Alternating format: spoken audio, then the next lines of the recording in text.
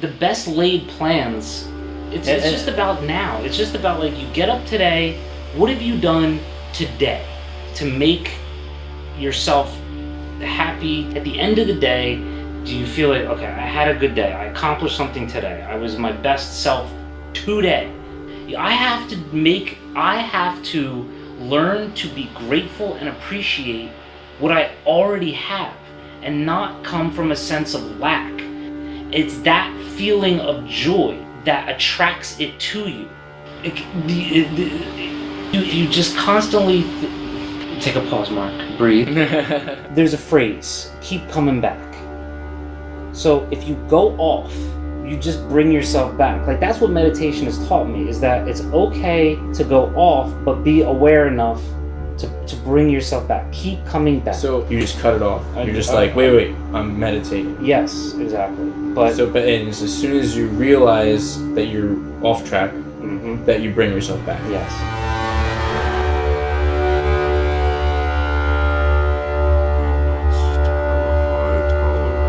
We must have a high tolerance for chaos. Learn to embrace the flow. Forgive all that we can't forget. Regret nothing we can't let go. For despite what we have learned, infinitely more we do not know. So let us tune in frequencies until new vibrations grow. Let's pretend that it never ends. And now, it's time to start the show.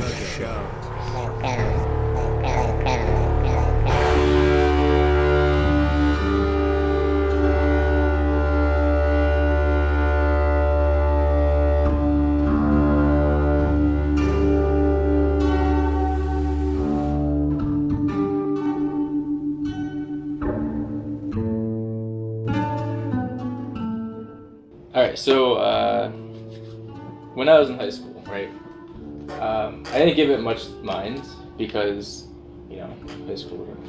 And I was listening to this band called Malice Miser, and there's this one specific song, and I can't ever remember it, but I played it, like, it would just take me back to this, like, it would be a dream, I guess I had, but it was one of those lucid dreams where it's like, you like woke up, but you're still dreaming, and you haven't really actually woken up yet. Okay. When I was in high school, alright, I had a dream where I was in a room with stone walls, right? It was like a basement almost. It was cold. I had a table over here with instruments, like a very alchemical kind of things. On the left side, I'm not sure. But right in front, it was like an altar almost, just like a flat, almost sacrificial, like just a slab. And there was like more instruments other places. So I went in there, and there's like this like mad scientist kind of looking guy with the mask, and trying to separate the actually, because I know people that had masks, and I know sometimes the surgeons had like the thing on. But I think it was more like, if you ever watched like Dib's dad from Invader Zim? No? Okay. Sort of like that, whereas like it was covered like this, but he had like some hair. Anyways, he was like, look, you're gonna die, but I can save you, but you have to die every night. So like it's like you live a day, and then at night we kill you, but then you come back to life in the morning. So like they reanimate you every day, and like that's what you have to do to stay alive. And I was like, okay, all right, yeah. So I agreed to it, and then it was, I remember there's that. There's a cafeteria that was in. It sort of looked like my high school cafeteria, obviously, but the ceilings are really high. That was what stood out. There's lots of chairs, and it stood up really high. It had like it was like very open, had a lot of light coming in. And another part of this, I'm going to say vision, was I was at home and I looked in the mirror and I was bald. I was like frail and pale and weak, and I looked up at myself and I had tubes and shit coming out of my body, like typical like movie fashion, like from here and stuff like that. And then I want to say there was another thing, but those are the three that keep sticking out. Anyways, I didn't pay any mind to it. I was like, whoa, that was a weird, creepy dream. Probably like 8 to 10 years later or something, or somewhere in that range, I got cancer. And one day I just like remembered this dream I had in high school, because I was listening to that band again, and I was like, holy shit, like I lost my hair, you know, I went down to 135 pounds. I had when I was in the hospital getting infusions, like there was just tubes everywhere, and I had a PICC line here and here. The cafeteria was a high ceiling. It had lots of natural light, and what they had to do was, I had blood cancer, so they had to kill my blood like for 7 days straight, and then repeated in the fall like 4 more times with like high dose therapy. And when the doctor came in, when I was first diagnosed, he came in, he had the mask on, and he told me like my odds were slim to none. Like basically that's what I was reading off of his face. He really didn't have any words. He just said it didn't look good, basically. But like you can see on his face, it was just like, you're probably gonna die. Yeah. So there's that. Die every night. It was freezing cold in the hospital room. You know, the bed was like the altar, and like the stuff that they put in you, the infusions and stuff, were like all the alchemical stuff. And it's just, and some of the rooms didn't have a view. It was cold. It was dark. And it was just. I tell this to people, you know, I did a lot more, but it was uncanny how like similar these things were, and I'm just like, there can't be just like some random coincidence that I don't know what's going on, but it's too similar. You know what I mean? Absolutely. It's too similar, way too similar.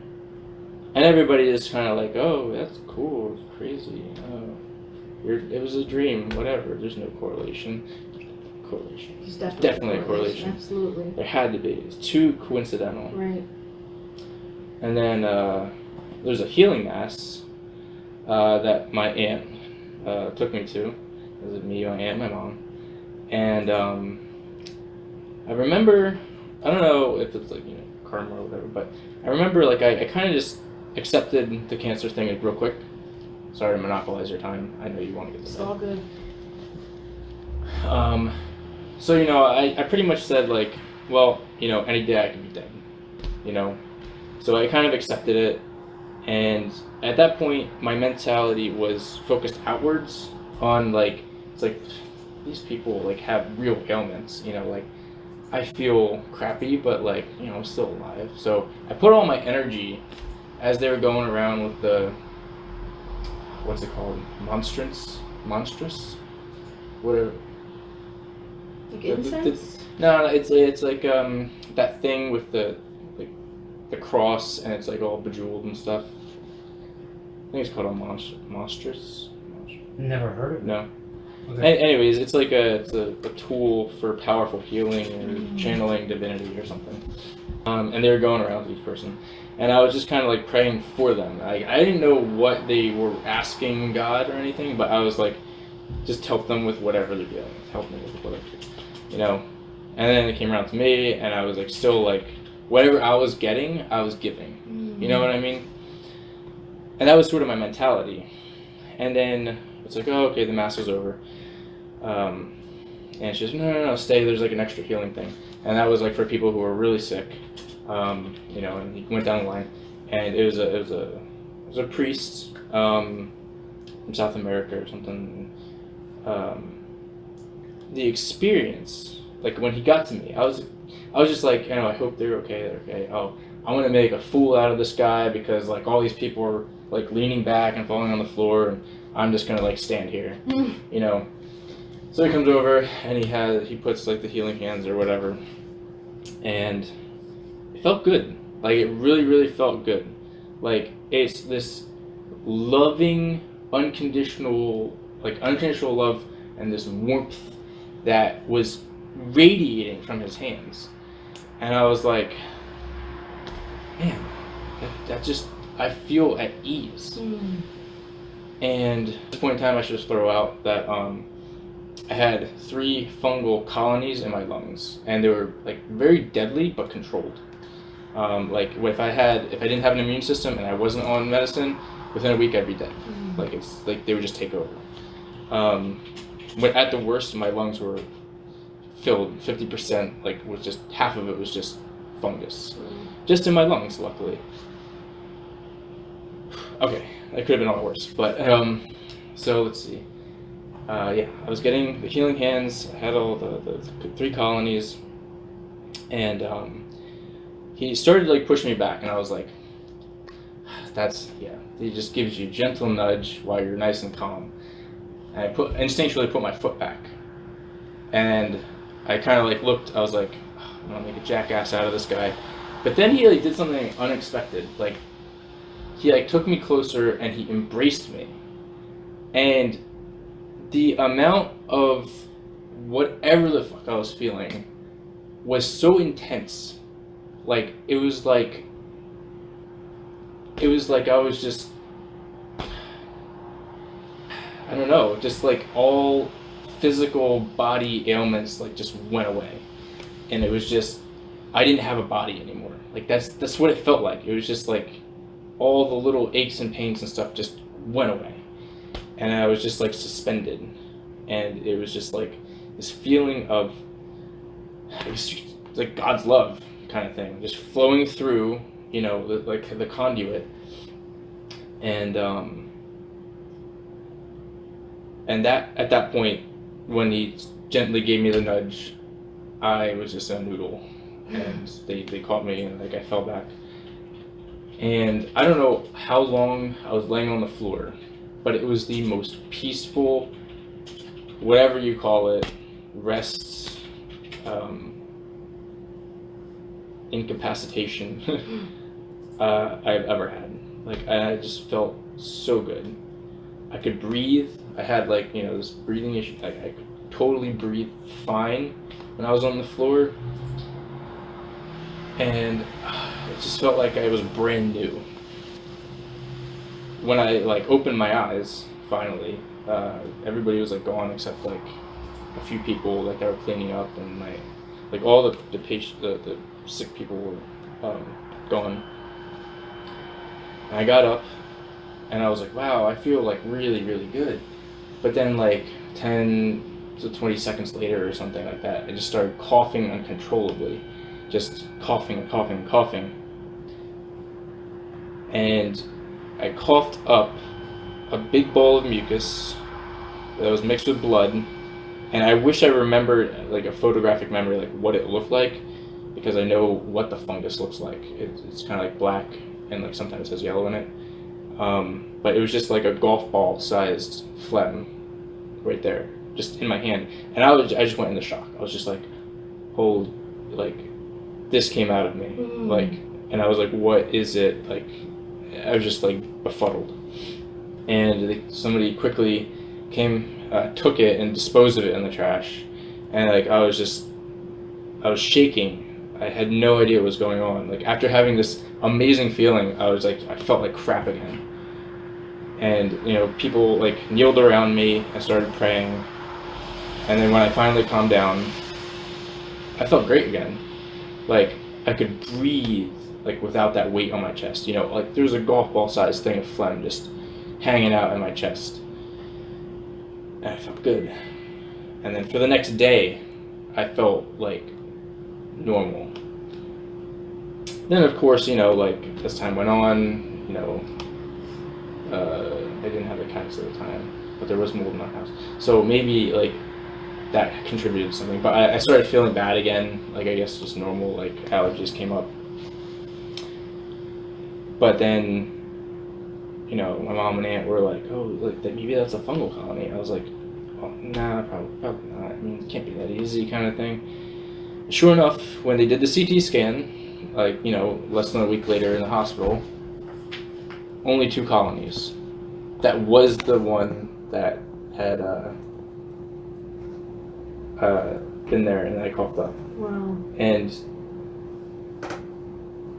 I'm actually kind of pissed off that I didn't go to more.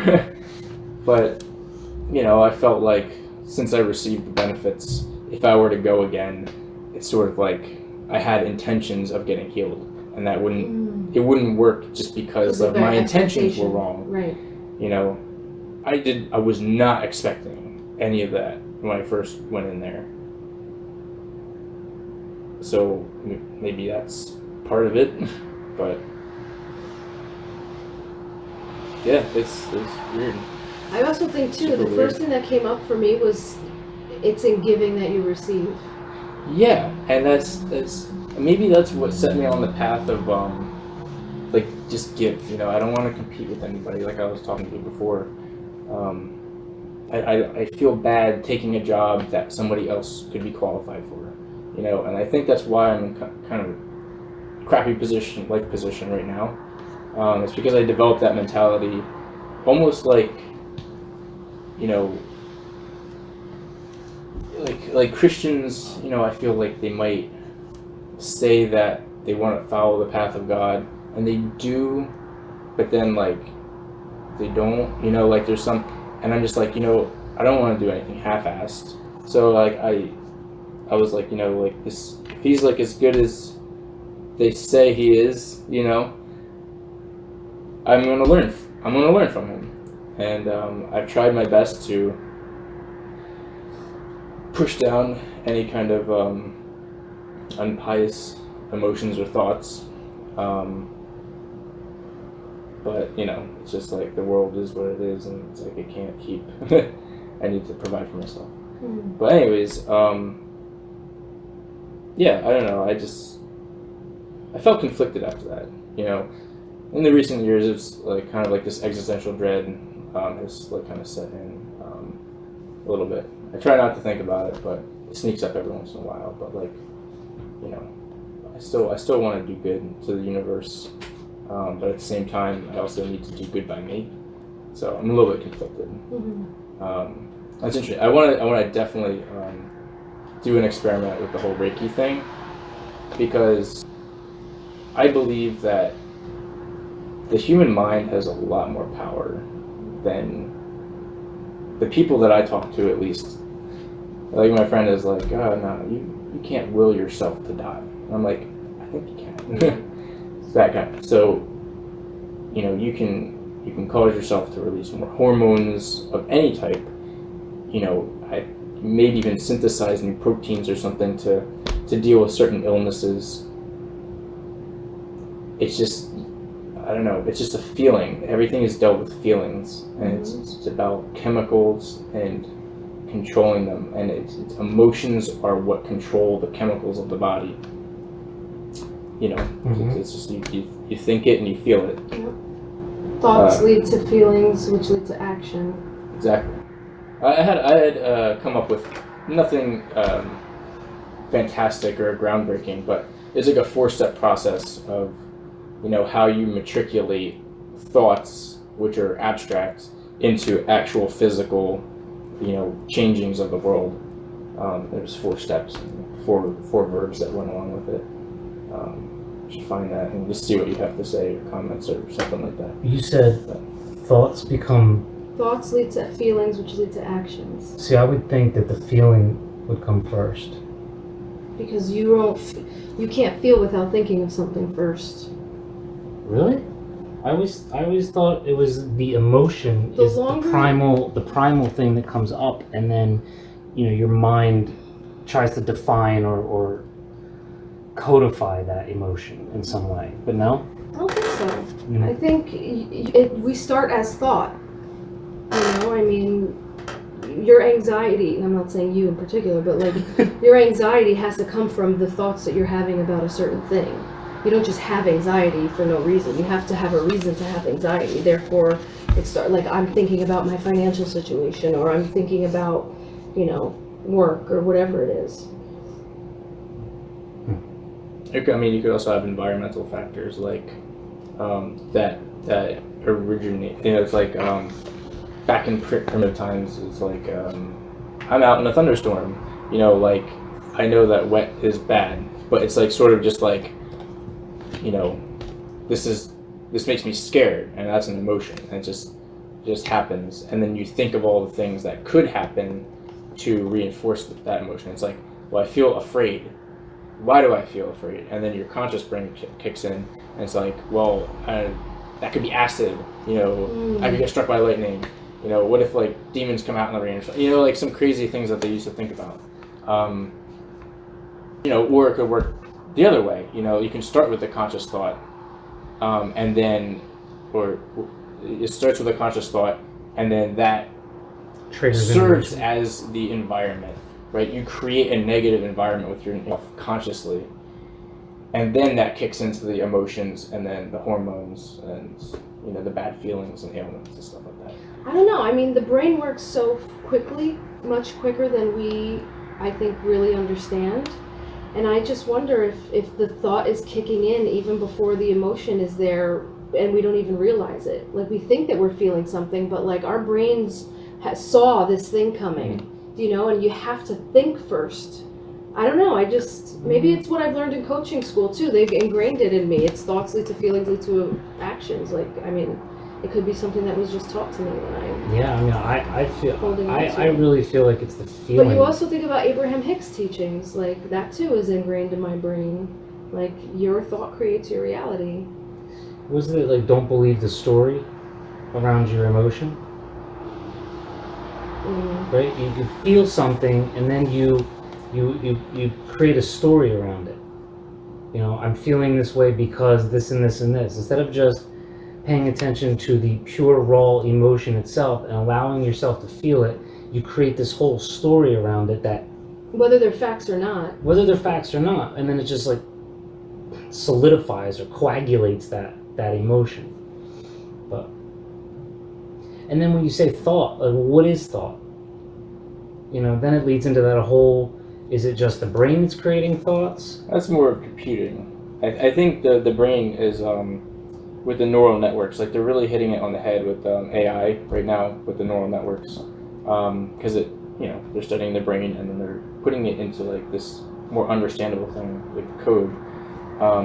But definitely, you have like connections and stuff in the brain. If you pair apples with oranges, and people say like, oh, you're comparing apples to oranges, and it just gets reinforced. There's two bits of information, apples and oranges, in your brain are going to have a stronger connection between them, because like red, white, and blue. Mm-hmm. Right? Mm-hmm. Like red hammer, like all these different things that are just for some reason like related. And it's why when people get stuck in a rut, it's literally the ruts in your brain that are the thoughts that you don't want. It's just like you, for instance, this conversation is probably going to bring up existentialism. I'm going to think about like, what is the meaning of life, for a little bit, because I'm going to get stuck in that rut. Because I think about it so much, it reinforces that. So like, if you think like it's like a little town of neurons in your brain, and when you go in the town, it's sort of like you go into like this, you just keep driving around in circles, and it's like, oh, this is a one-way street, oh fuck, hell, oh wait, I'm going the wrong way, I gotta back up, and then it's really hard to get out of that town, and then when you do get out of the town, it's very easy to get back, because everything that's surrounding all the roads sort of kind of loop back in, right? And it really just takes people to do something else, and like that's actually a technique you know, that they tell you to do. It's like, well, do some. If you're not feeling happy, just force yourself to do something that made you happy, because you're taking the bad thoughts, and now you're trying to drive away from those bad thoughts and do something that you had positive memories. Then once you get caught in that town, then you'll be happy for a while. You know, you'll be lost, but you'll be okay. It's like, oh, look, the left turn again, cool. You know, until someone then, you know, brings back up, it's like fiscal responsibility, and you'll be like, and you'll go back into the rut. You know, so you have the poor cities and you have the rich cities in your brain, and the whole goal is to get to the rich cities and stay away from the poor ones. Well, this is kind of like what we were talking about earlier, where in order to even do that in the first place, you have to be aware that you're in control.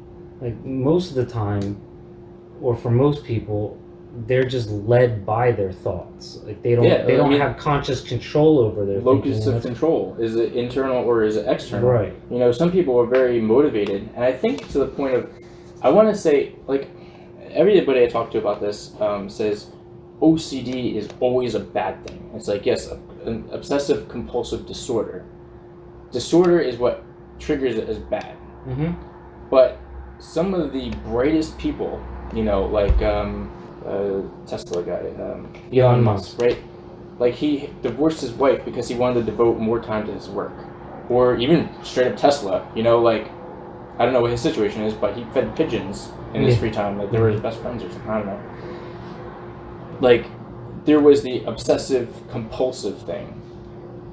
Maybe if it's geared towards good and you're actually discovering things and, like, for whatever reasons, like, having good outcomes, it's not, you still have the symptoms of, like, these obsessive compulsive actions, but they're not bad, they're not disorderly. Well, it's a matter of they're obsessive compulsive order, OCO.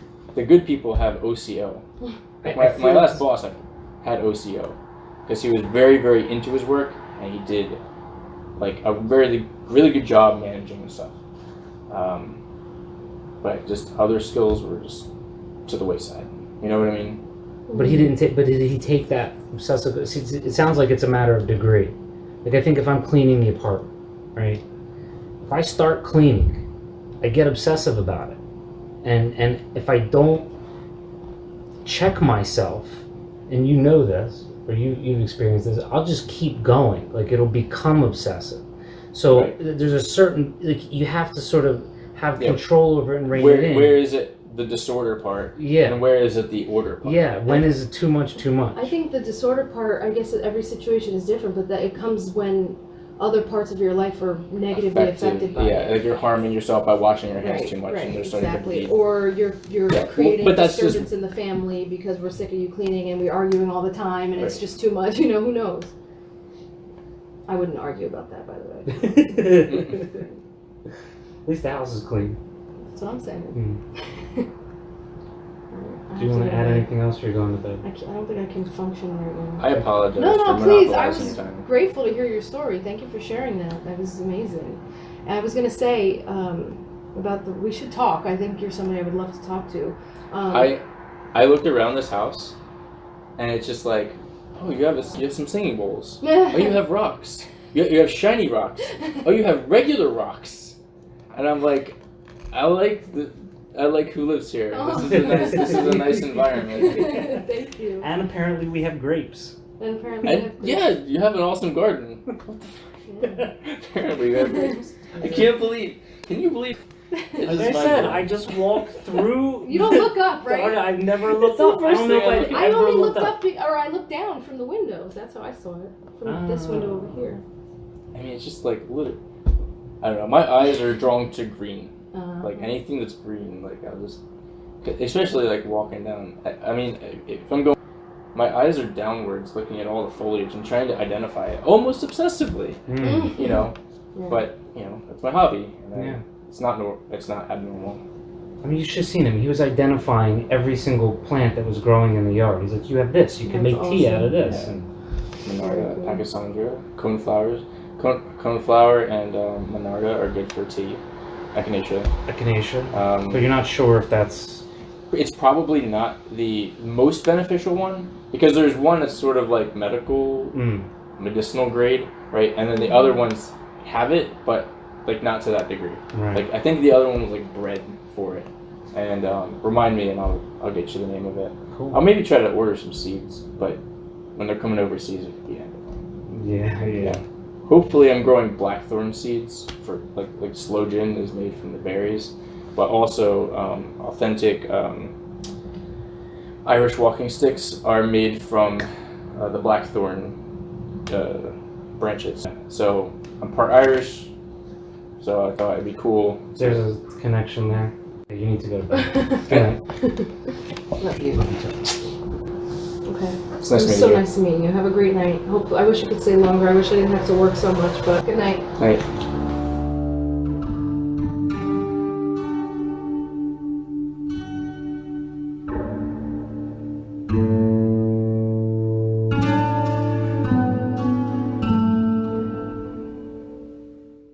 Come sit over here.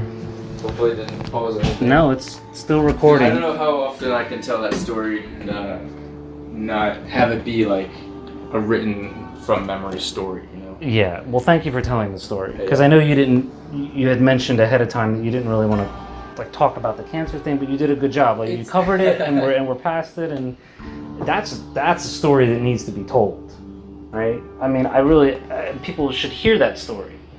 I actually think it would be beneficial to like capture some. I think if more people would just record, not and post it on YouTube like idiotic stuff, but like deep discussions. Yeah. I feel like even if it's been said before, or if it sounds ridiculous, you know, like I think it should be captured and at least listened to by other people, because I feel like these types of conversations don't really get brought up too much. Mm-hmm.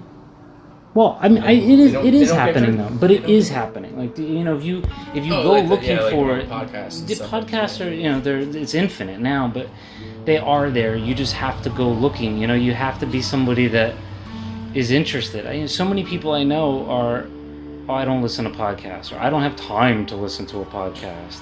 It's like, yes, you do. Driving your car. You're driving in your car, you know, and So it's the big hurdle is the commitment to find one that you want to listen to, because it's not hard.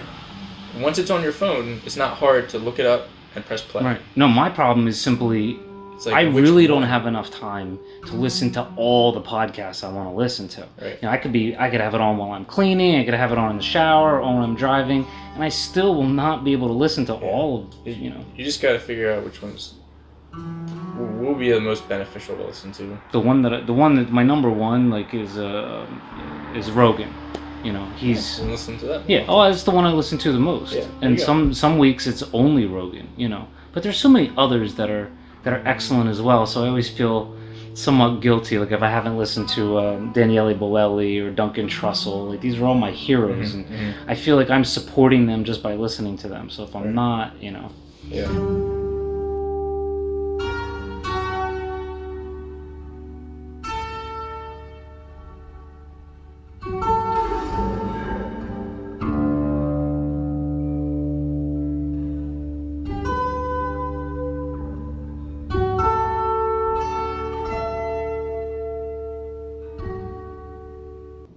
So in a half an hour, look how much we've already talked about, right? Right. Or just how long you were here today. All the shit we Right. could have been recording. Yeah. All the shit we could have been Yeah. recording. all my crazy theories about things, magic, We can come back to that. anti-entropy balls. We gotta get back to that. But one of the things I Yeah. wanted to say about thoughts is, aren't all those things that we once called magical they just weren't clearly defined or known about, Right. right? I mean, Yeah. that's all it is. There's a new breakthrough discovery. It's on the cusp, especially with so many like brilliant minds out there that actually have a voice, you know, and they're not just like, it's like, hey, that's a brilliant mind. Oh wow, he talks to himself. He's crazy. Let's kill him. You know, back in the old Yeah, days. yeah. You know, it's like, oh, this guy's a lunatic. Right. It's like, no, he's brilliant. He probably had the next greatest discovery. Well, one of But the like people just thought he was weird. scientists have done research, and it's been shown that talking to yourself helps you become more intelligent. Right. Like there's a sign. It's a sign of intelligence. Right. Now, of course, that can have its flip side and lead to schizophrenia and shit. But sure, like again, anything. It's like that degree. It's what you're directing it towards. Like Yes. if you're helping yourself sort out an issue, and then you kind of come back to reality, that's fine. But like, there was this dude that sat next to me and it was just straight up talking to air. Yeah. Like conversation. Yeah, that's a little different story. And he was a little peculiar, so. I was telling Nikki this last night. Something that I've noticed this whole time I've been meditating, but it's really, I've just been focusing on it more because, they're like, empty your mind, don't think about anything, and focusing on the breath helps to do that. But I've allowed all the thoughts to come in while I'm meditating and not feel guilty about it. And then when it's time for them to go, they'll go. But, like I'm doing Sat Kriya for 7 minutes and all of these thoughts are coming in. And so at a certain point, I'll come out of my thoughts and go, okay, all right, moment of breath or, moment of peace. How long have I been meditating? Surely I must almost be done. Right. Surely. And then I look down at the timer and I'm 3.5 minutes into 7 minutes. Yeah. And so it made me realize, holy shit, like that's how fast the thoughts are coming. Right. Like that's how much they take a hold of you.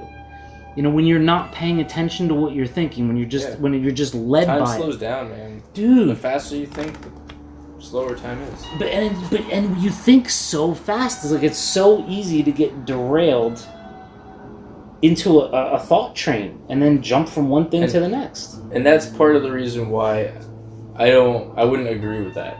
Letting your thoughts come in. Mm-hmm. It defeats the purpose of meditation because like the whole point is to unify your mind and your body and do it in a controlling manner. So you can control. So like when you're out mm-hmm. and you need to make a split-second decision. Right. You can. Right. Because your brain isn't filled with all... You don't have to close 1,000 tabs before you can find the one that you need to. Right.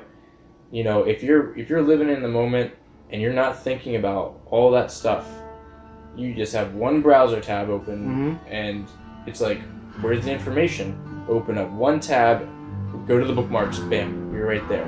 You don't have to close a bunch of shit out. I see that, but to me, meditation is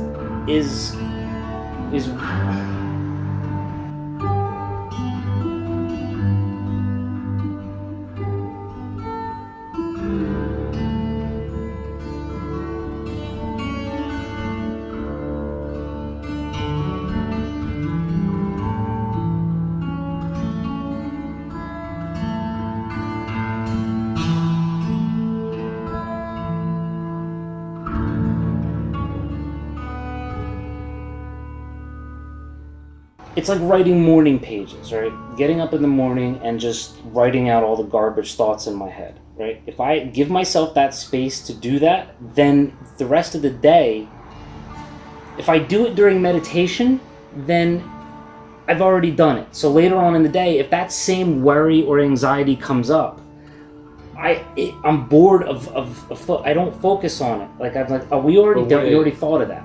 That already came up in meditation. So you're like, it still stresses you out while you're meditating. No, it doesn't. Because you think about it. I wouldn't say I'm stressed though. I would just say I'm. It's on your mind. I just let them come. It's more of like a dump or a memory dump. Okay. But where is it getting written to? Well, that's a great question. It's probably solidifying it in your mind, right? Well, there's something to be said for that, right? Because in meditation, you want to be focusing on. Right. So say you have Stress City, right? Mm-hmm. I'm going back to the analogy. Yeah, go for it. Okay. So money, whatever, Stress City. In your mind, when you're meditating with the process that you're using, and I'm no expert on meditation, but when you do that, by giving that thought a chance, I understand. Your brain drives in and walks in that house. I understand that. And then and then you get trapped in there, and you think it's like, oh, I'm just getting it out of the way, but really every time you walk down that dirt road, the path is getting a little bit more defined. I understand that. Right? I do, and I have thought of that. Right. Absolutely. So if you see that one thought come in, and you're walking towards Stress City, and you're like, you see an open door, and you say, I'm not going to walk through that door, and then you walk away from it. It's like you see the door, and then you say, I'm focused on my breathing right now. Right. And you prioritize that one thing that you're focusing on. Now, the skill of saying no is now solidified. Right. So not only are you not solidifying the bad stuff, but you are solidifying the good stuff. So I think there's a double benefit right there if you're just letting it go. Yeah. And that's just my 2 cents on it. To me, it just feels like I totally feel you, and I've definitely thought it's a fear. It's a fear of forgetting. How so? Think about it. When I think about things and I can't let things go, I'm actually afraid of never having that thought again. Huh. Like the entropy ball, right? Anti-entropy ball, right? That is an idea that scholars would not entertain because it's ridiculous. But I'm like, you know what? That's exactly why I want to remember it. You know? So I wrote it down. You know? Or I made it memorable. You know? But I have tons of those thoughts. You know? And if I have tons of those thoughts, it's those tabs running in the background. And it's making my computer slower. Yes, absolutely. And if I don't, writing it down is a good way to solidify it, and then you can forget about it. So that whole the wake up and write your fears and concerns and all that stuff down, and then put it in a drawer. I think that's a better, like a more effective method. Yes. Of like de-stressing. Like I got it.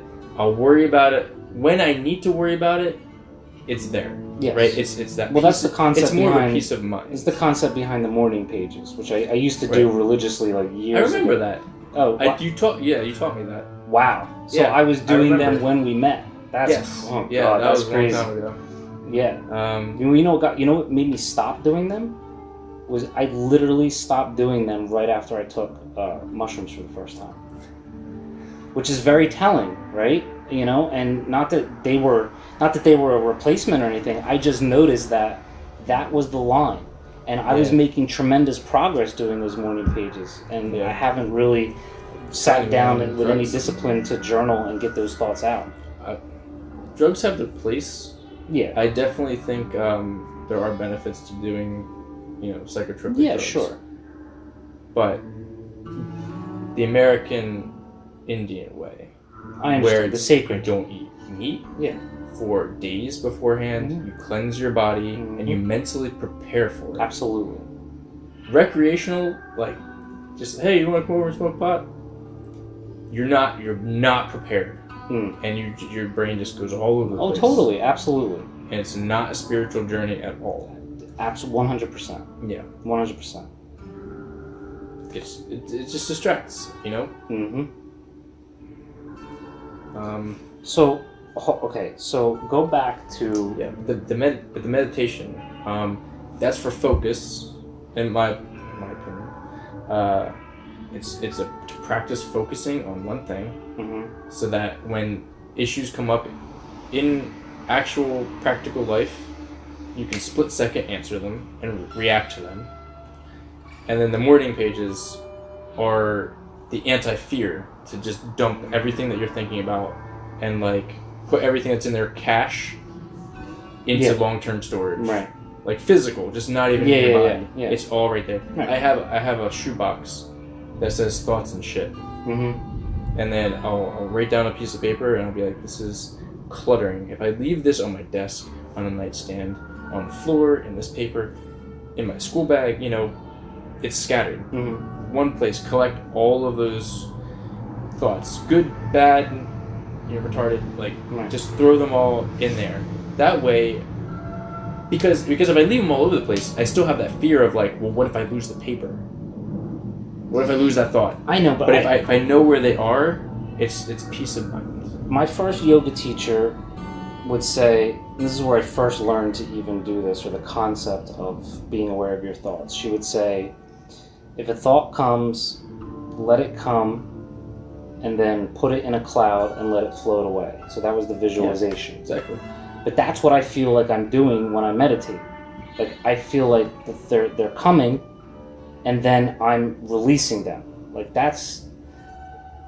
I understand that we have this it's not really a disagreement, because I get it. Okay, but but it's the same there's thing. conflicting views on what meditation is really for, you know? Like, if you're sitting there meditating and you're just like, oh, I have to concentrate in the moment, I have to be in the moment, like, you're those thoughts that are in you they're still there, right? So why not just let them come and let them go?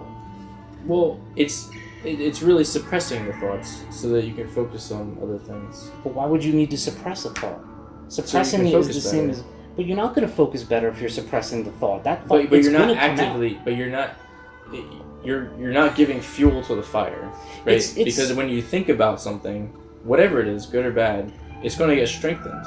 And the more probability that it's going to be thought of. I definitely agree and disagree, right? Okay. So it's like an in and out. So I'm meditating and thought comes, then it goes away, and I'm back in the moment. And I'm sustaining that presence, and maybe another thought jumps in. And then it goes away, and I'm back in the moment. So like and then you look at your clock. The mantra is, I try not to look at the timer. Yeah, but I try not to look at the timer. Like, I try to go the whole time, until I hear the beep, because looking at the clock it throws you out. So, but what I'm saying is, there's a phrase, keep coming back.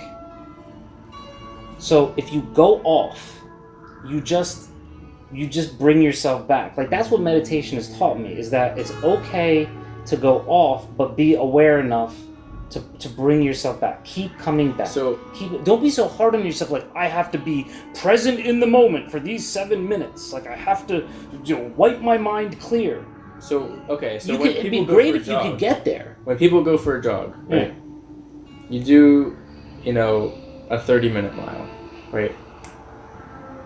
So you're thinking, let's say you're meditating for 30 minutes, and one thought pops into your head. Mm-hmm. One thought.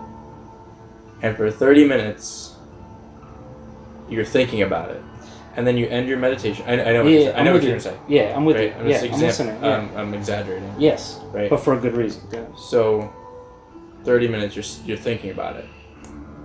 And then, beep, beep, beep. Oh, I'm done. I meditated. Well, it's like, hold on. Like the runner. It's like, well, I couldn't get the thought out of my head. Maybe I can try to get it better, so then you meditate again, different day or something. Mm-hmm. A thought comes into your head, and then you're like, okay, can I beat my time? Right. Can I only think about it for 25 minutes? Yes, exactly. That's what I'm getting. And then you get it. So like now it's like, but that's the goal, is to make yourself quicker at letting the thought go. But by allowing but by giving myself permission, I learn. That's how I learn. By not refusing the thought, by just letting it come, seeing it for what it is, and letting it go. And by doing that for day after day after day after day, you get better at that. Now, maybe there is some seeing it. Wait, hold on. Explain. And I guess in different words.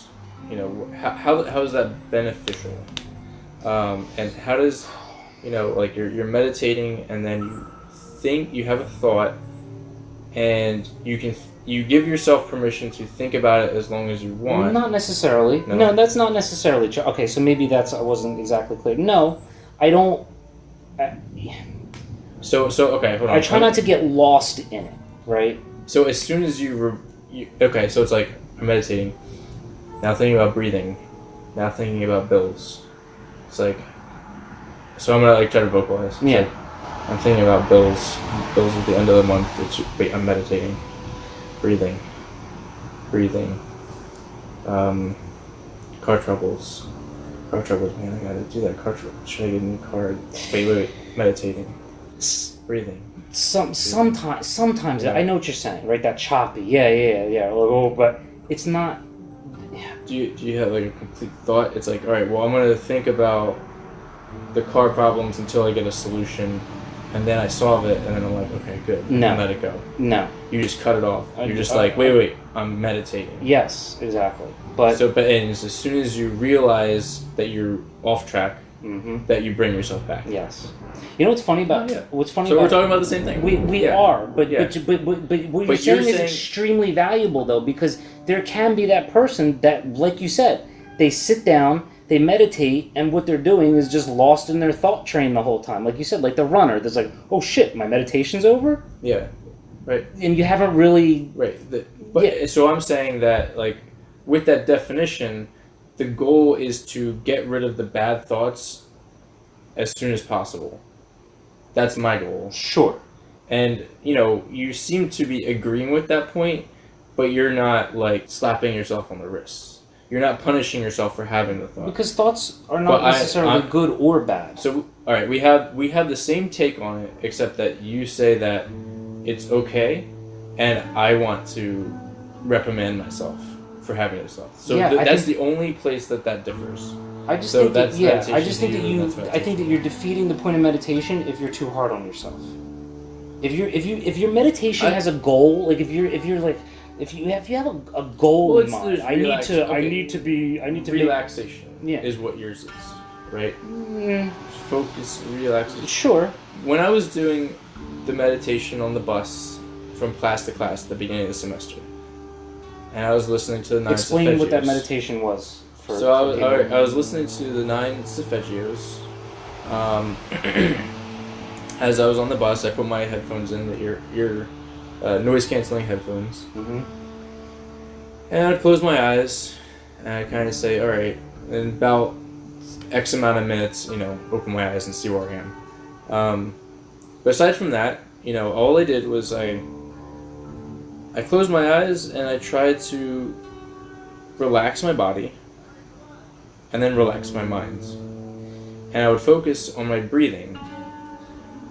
And when I realized that I was thinking about something other than breathing, I would not like slap myself on the hand, I would say, okay, and I would picture it like fading and floating away, like exactly how you explained. It would just kind of like just fade, and I would just go back to breathing, and I would just keep trying to keep my mental focus on breathing, holding it in, exhale, hold it out, breathing in, and I would just keep trying to do that as slow as possible, and try to get it even and slowed.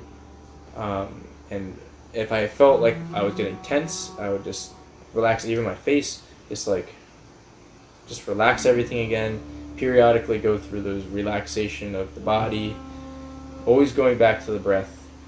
But when I did have a thought come into my head, my goal was to catch it as soon as it happened. Yes.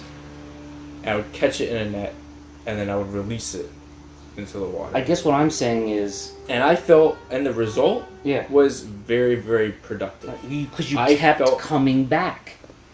Right, and I challenged myself to catch it sooner and sooner. Sure. So when I was in class, and my mind started wandering about, I don't know, whatever the hell I think about, I would just very quickly squash that thought that I didn't want to have at that moment. Right. I consciously do not want that thought at that moment. Yes. I said, this is not the time for it. And it was second nature just to push it down. I don't even care if I thought about it later. I don't care if it was the cure for cancer. It's not right now. That's not the thought. Yeah. I can't entertain these, what are they called? I don't remember. Chasing rainbows, looking for the pot of gold at the end. Right.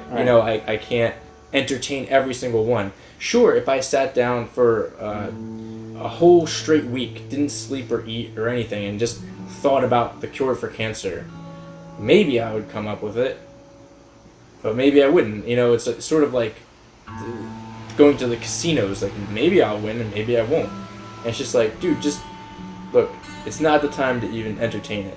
And if you can't devote that much time to finding a solution, it's meant for somebody else. Everybody's connected. Yes. You know, like, yes, that thought is... you in a different body is going to figure out that you know, we both discovered the plane, the atom bomb, the math, calculus, whatever, you know. Everybody's a part of the same thing. It's a global, yes. It's a universal discovery. This is why sometimes things will be discovered simultaneously around the world, because it's sure. Yeah, human beings quantum, are receivers. The quantum thing. Yeah. Well, that and consciousness is a unified whole, right? So I love, speaking of mushrooms. Well, hold on a second.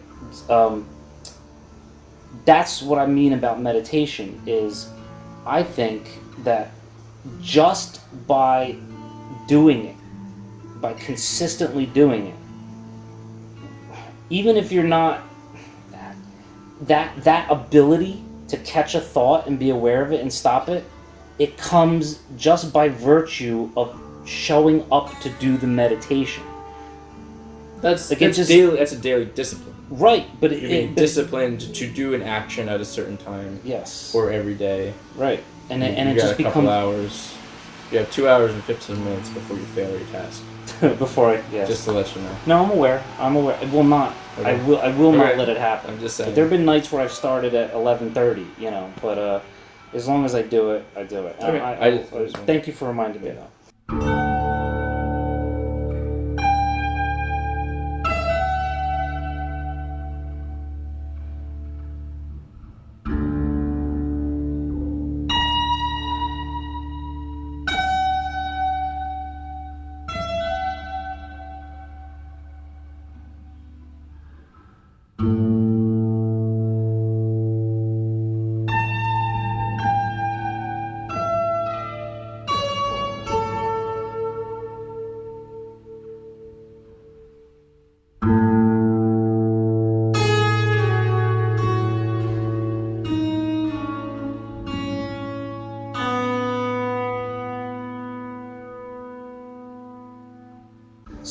So now I lost the other thing. Oh yeah, what I love as a metaphor for consciousness is really mushrooms. So you know how mushrooms grow? Absolutely. From mycelium.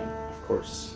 And every individual mushroom grows out of the same mycelial base and is at the same time connected to it. Even though that mushroom, this is how I explain.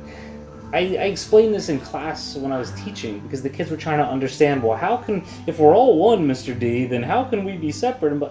Because and when I did the mushroom thing, like, oh, they look separate on the surface. They look separate on the surface, exactly, and that's consciousness. Yeah. Which is what I think. That's what the internet, as a tool, is teaching us. In a certain way, you know, it's a different medium. It's a different medium. It's a rudimentary medium, but it's a step along the way.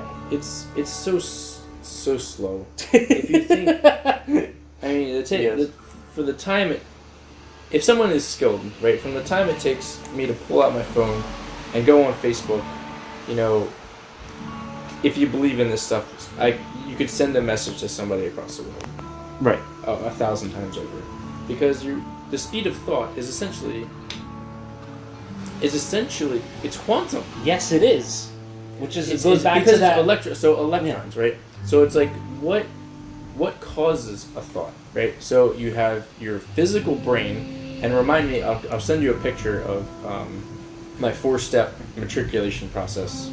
Yes. Of a thought into physical change. I would like you to explain this too, but. Go ahead. I can't even remember all the steps. It's been a while since I thought about it. All right. Next one. Yeah. So you got electrons, right? All right. So you have the physical brain, right? You have the physical brain, and you have like I think it was it potassium, I think, that controls. I'm fuzzy on the chemical, right? Mm-hmm. But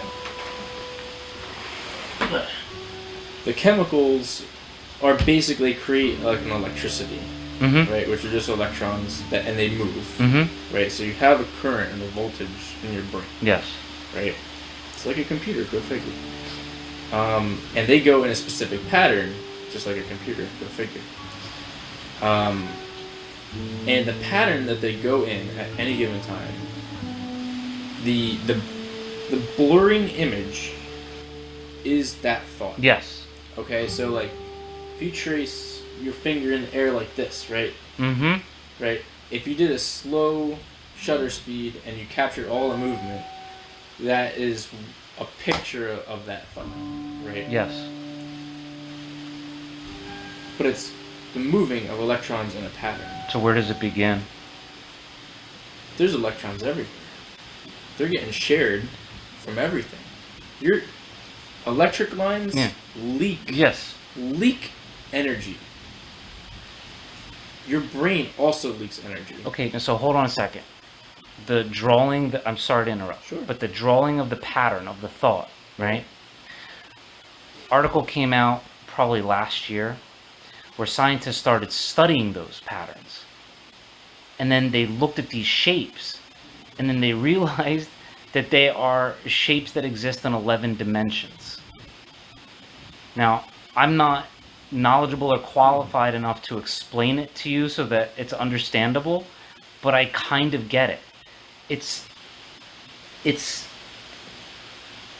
like an 11-dimensional structure that is coded. It's the thought's already there, and I think the idea is that the thought's there in another dimension, and then it manifests itself in that neural network or that neural pathway of having the thought. But when you look at the structures, that are created by the thought, they're shapes that they exist in 11 dimensions. They're 11-dimensional shapes.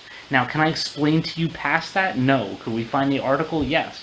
But it lends credence to the idea that there's not just the physical world. Like everybody, all science is like the physical world, what we can observe, what we can see, what we can quantify.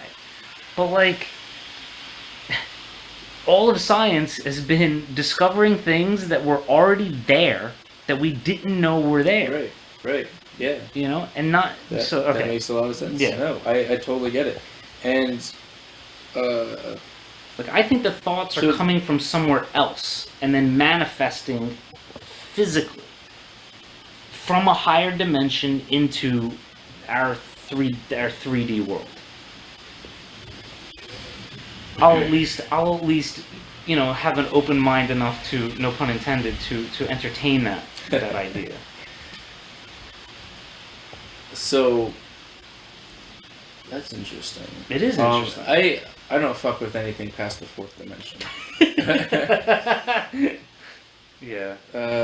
But you said you've been studying math in school, right? So okay, yeah. So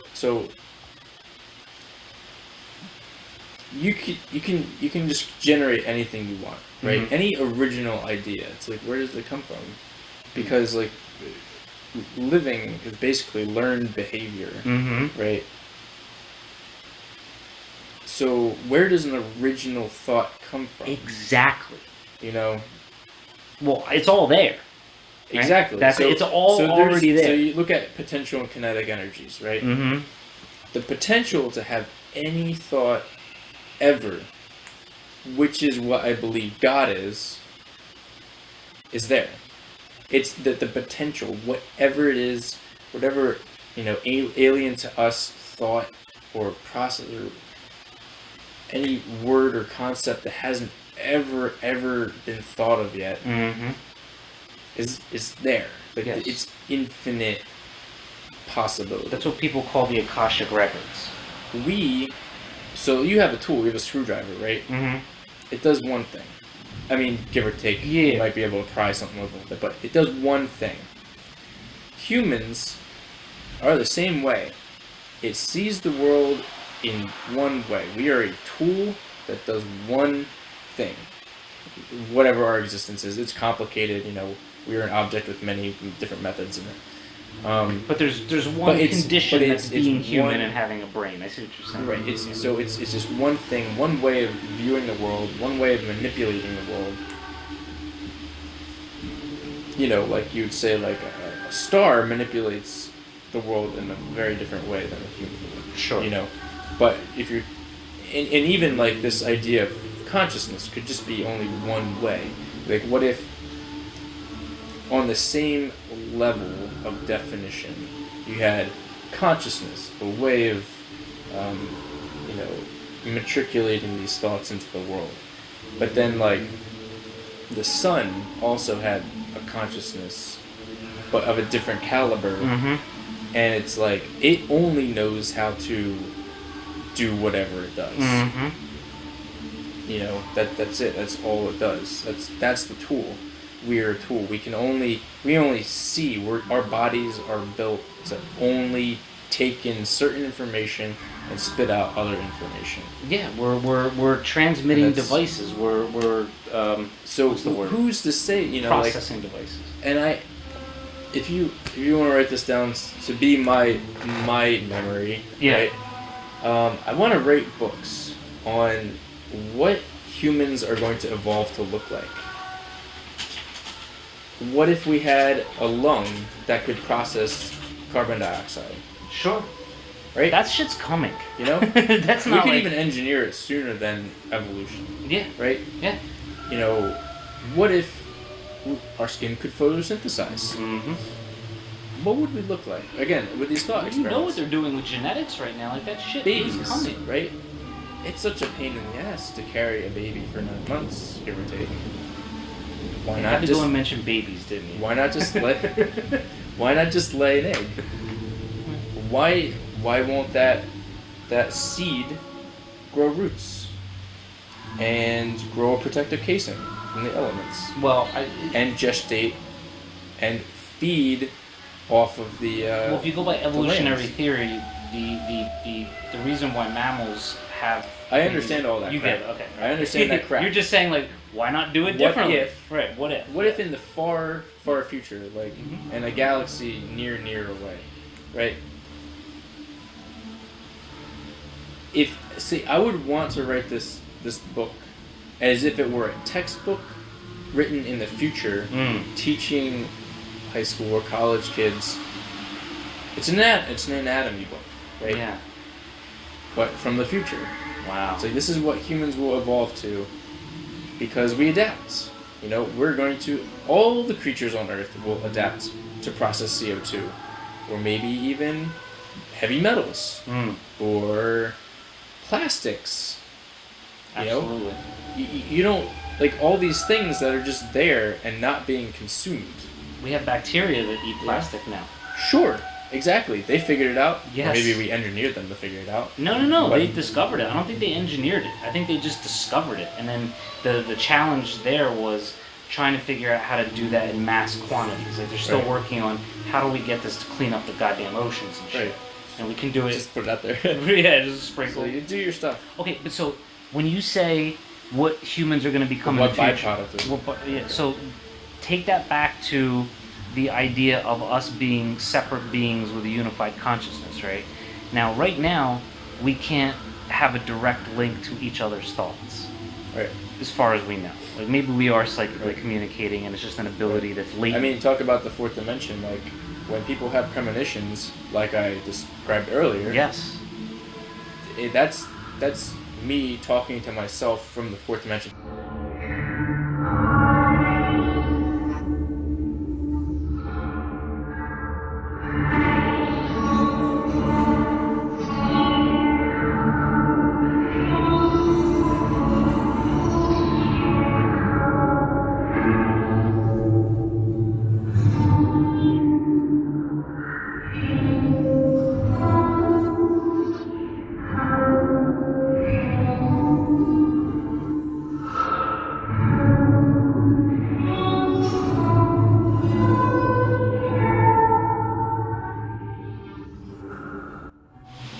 All right.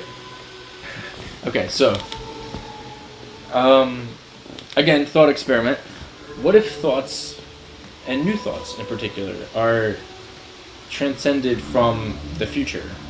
I know that sounds ridiculous. No, it's not. It's just been. But like, if you. What do you mean by future? So, like, have you ever saw Donnie Darko? Absolutely. They do a fantastic job, and I didn't realize at the time, illustrating what the fourth dimension is.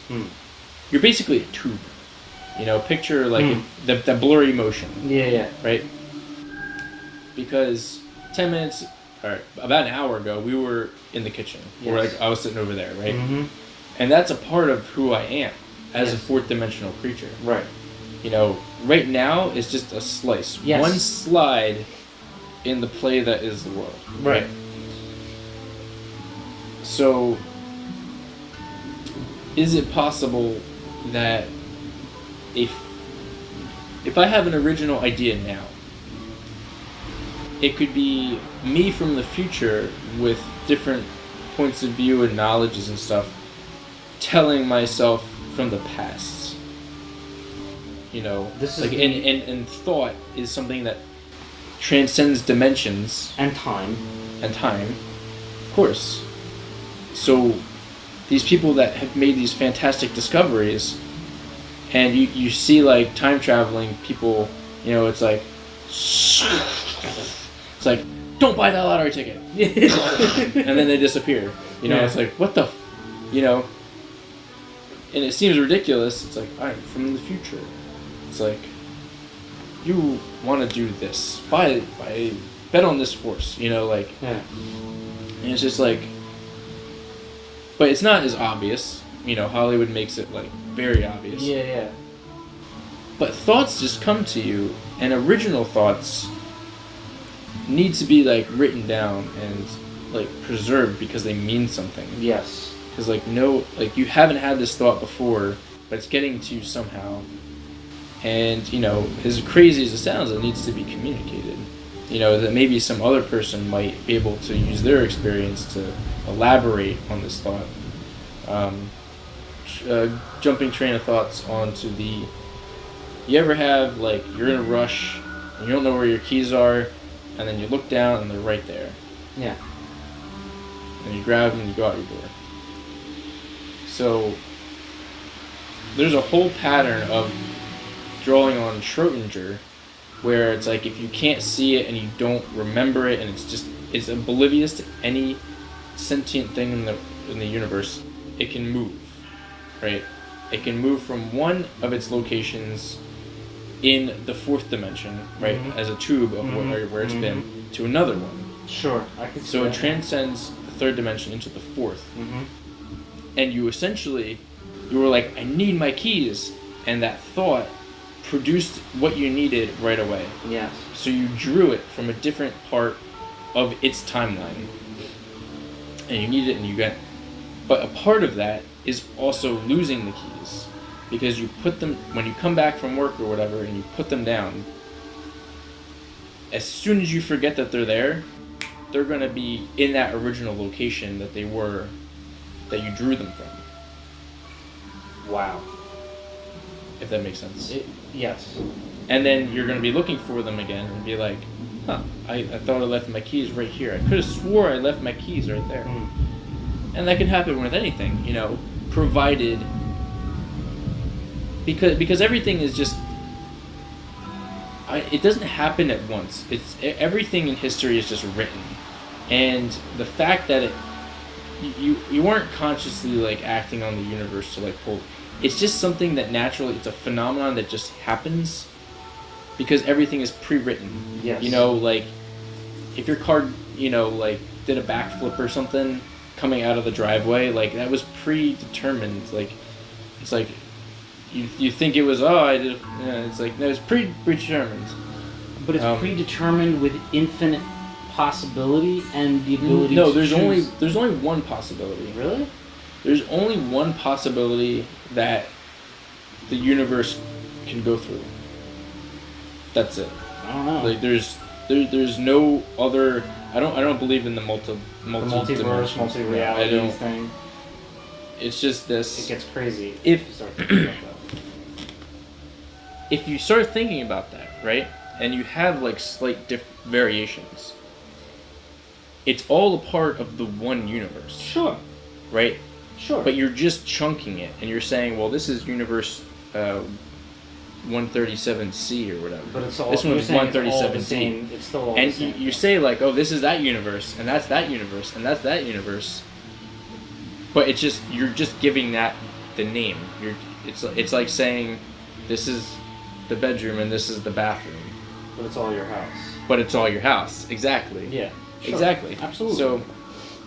So I mean, you could like look down the scale and like be like, yeah, we have multiple universes. Like, sure, just realize that it's all one fucking thing.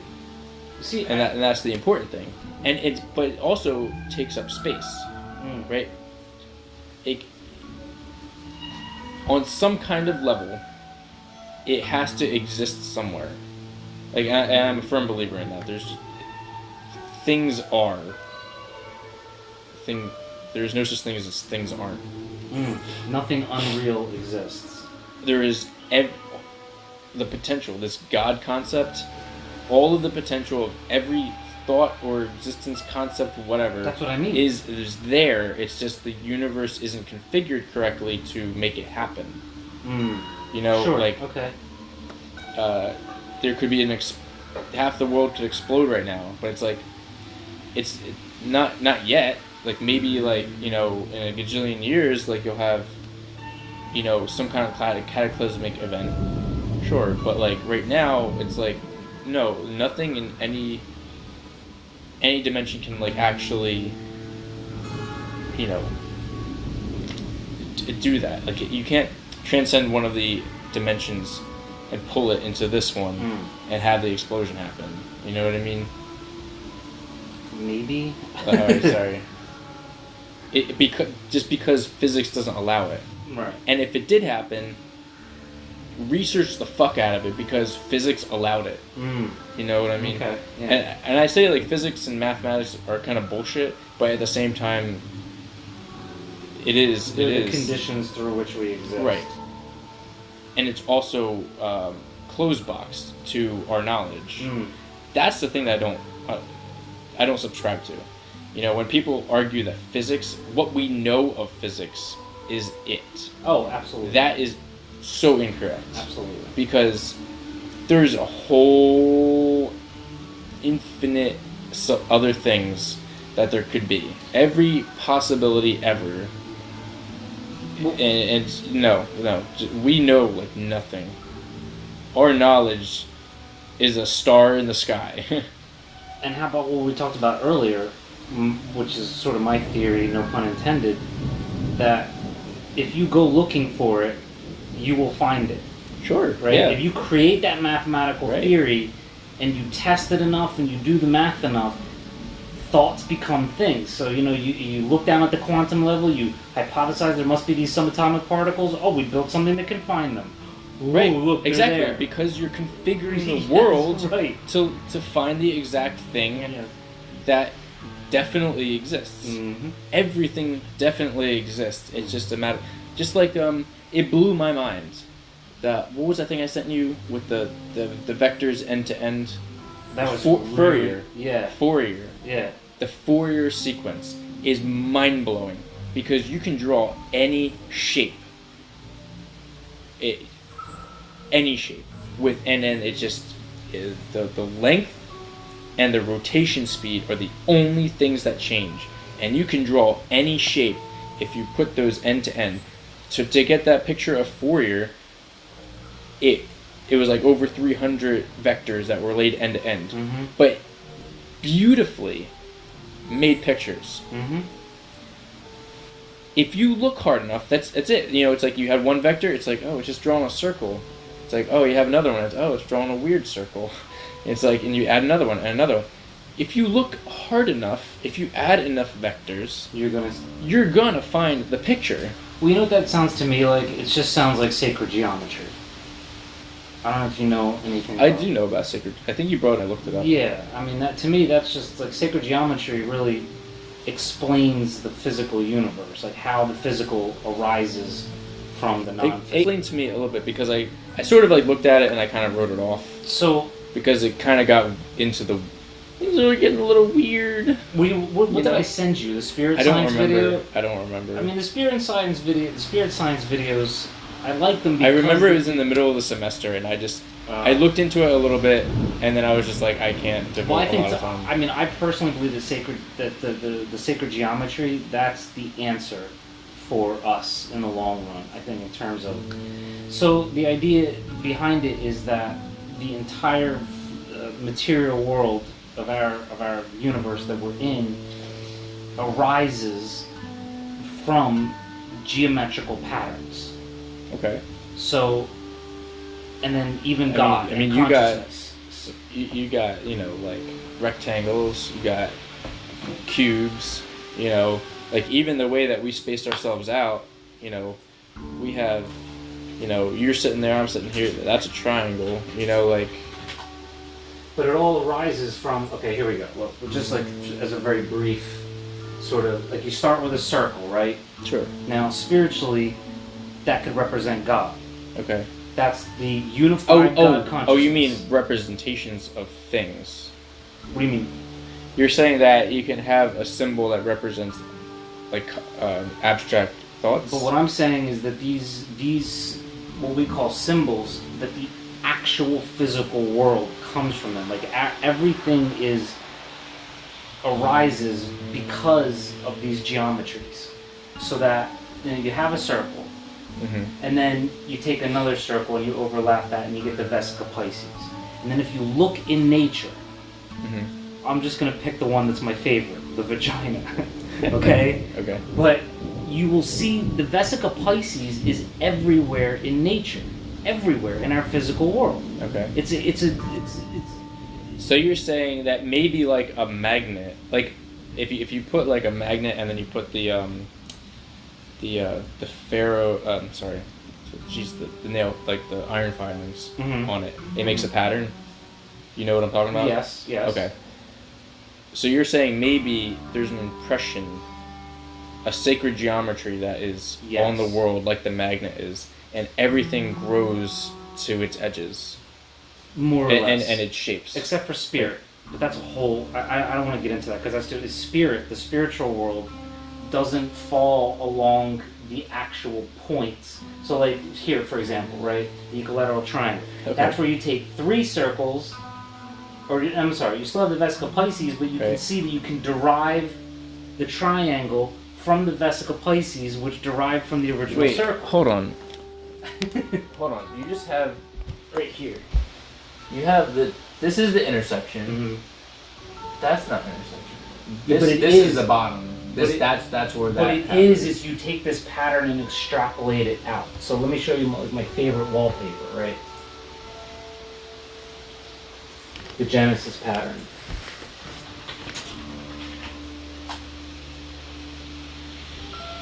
Just hold on.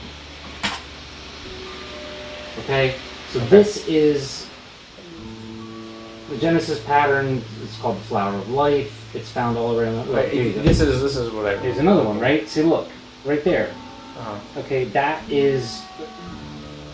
Cells divide this way, according to this geometry. They call that the fruit of life. So I gotta go back to this, because you can derive every platonic solid from that initial base of vagina. You can derive every platonic solid except for the dodecahedron, the 5th one, which doesn't. Its points do not hit on the vertices. See, I'm not explaining it well. This is my problem. Is I understand these things, but I can't explain them well. But look at these patterns that you can derive just from that initial. Yeah, it's math. But these patterns show up everywhere in the physical world. So the physical world is based off of these geometrical patterns. A swirl comes up. Like the... What's that called? Oh man, names are not my friends. The unalome? No, the thing that... It's a shell shape. Oh yeah, the Fibonacci sequence. Yeah. Yeah, that comes The Fibonacci sequence can be derived from this. All of it. Like all of it. Are we talking about natural world or like man-made shit? Everything. Natural. Everything. Oh. What do you mean man-made? If it's you man-made, look- it's if you still look natural. So, you mean if you look so... I'm actually saying separate it. I'm talking about trees versus like plastics, you know. But even I plastics. understand that. I okay, understand right, that. But right. I'm telling you to... Yeah, okay, I'm separate separating. them. Right. Yeah. So we're talking about like, you know, random entropy or like conscious thought, you know, putting things in lines. You know what I mean? Like, I see what you're like saying. if I went into a forest, it's like, and then looked and pinpointed every place that a tree was growing, you know, would I find it there? If I looked on the bark, would I find it there? Yes. You know what I mean? Like, My that's answer what would I'm be saying. my answer would absolutely be yes. Not only would you find it there, you would find it on all levels. So you could find it on the macroscopic level, and you would find it down on the microscopic level and on the quantum level or whatever. Like it's as above, so below.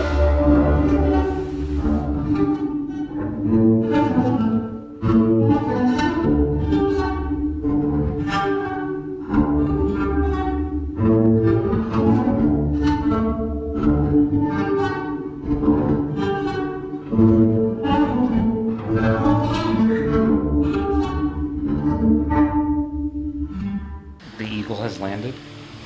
You know how like the phrase, it's like Yeah. when you're trying to speak in code, Yeah. it's like the blanket is in my arm. The blanket is in my... It's like when you hear that, you attack. Yeah, right. The blanket is in the armoire. The blanket is in the armoire. I mean, again, Go. Again, I'm not qualified to explain these things because that's where my failing is. Well, I have real trouble like a explaining what I've learned. Sure, no.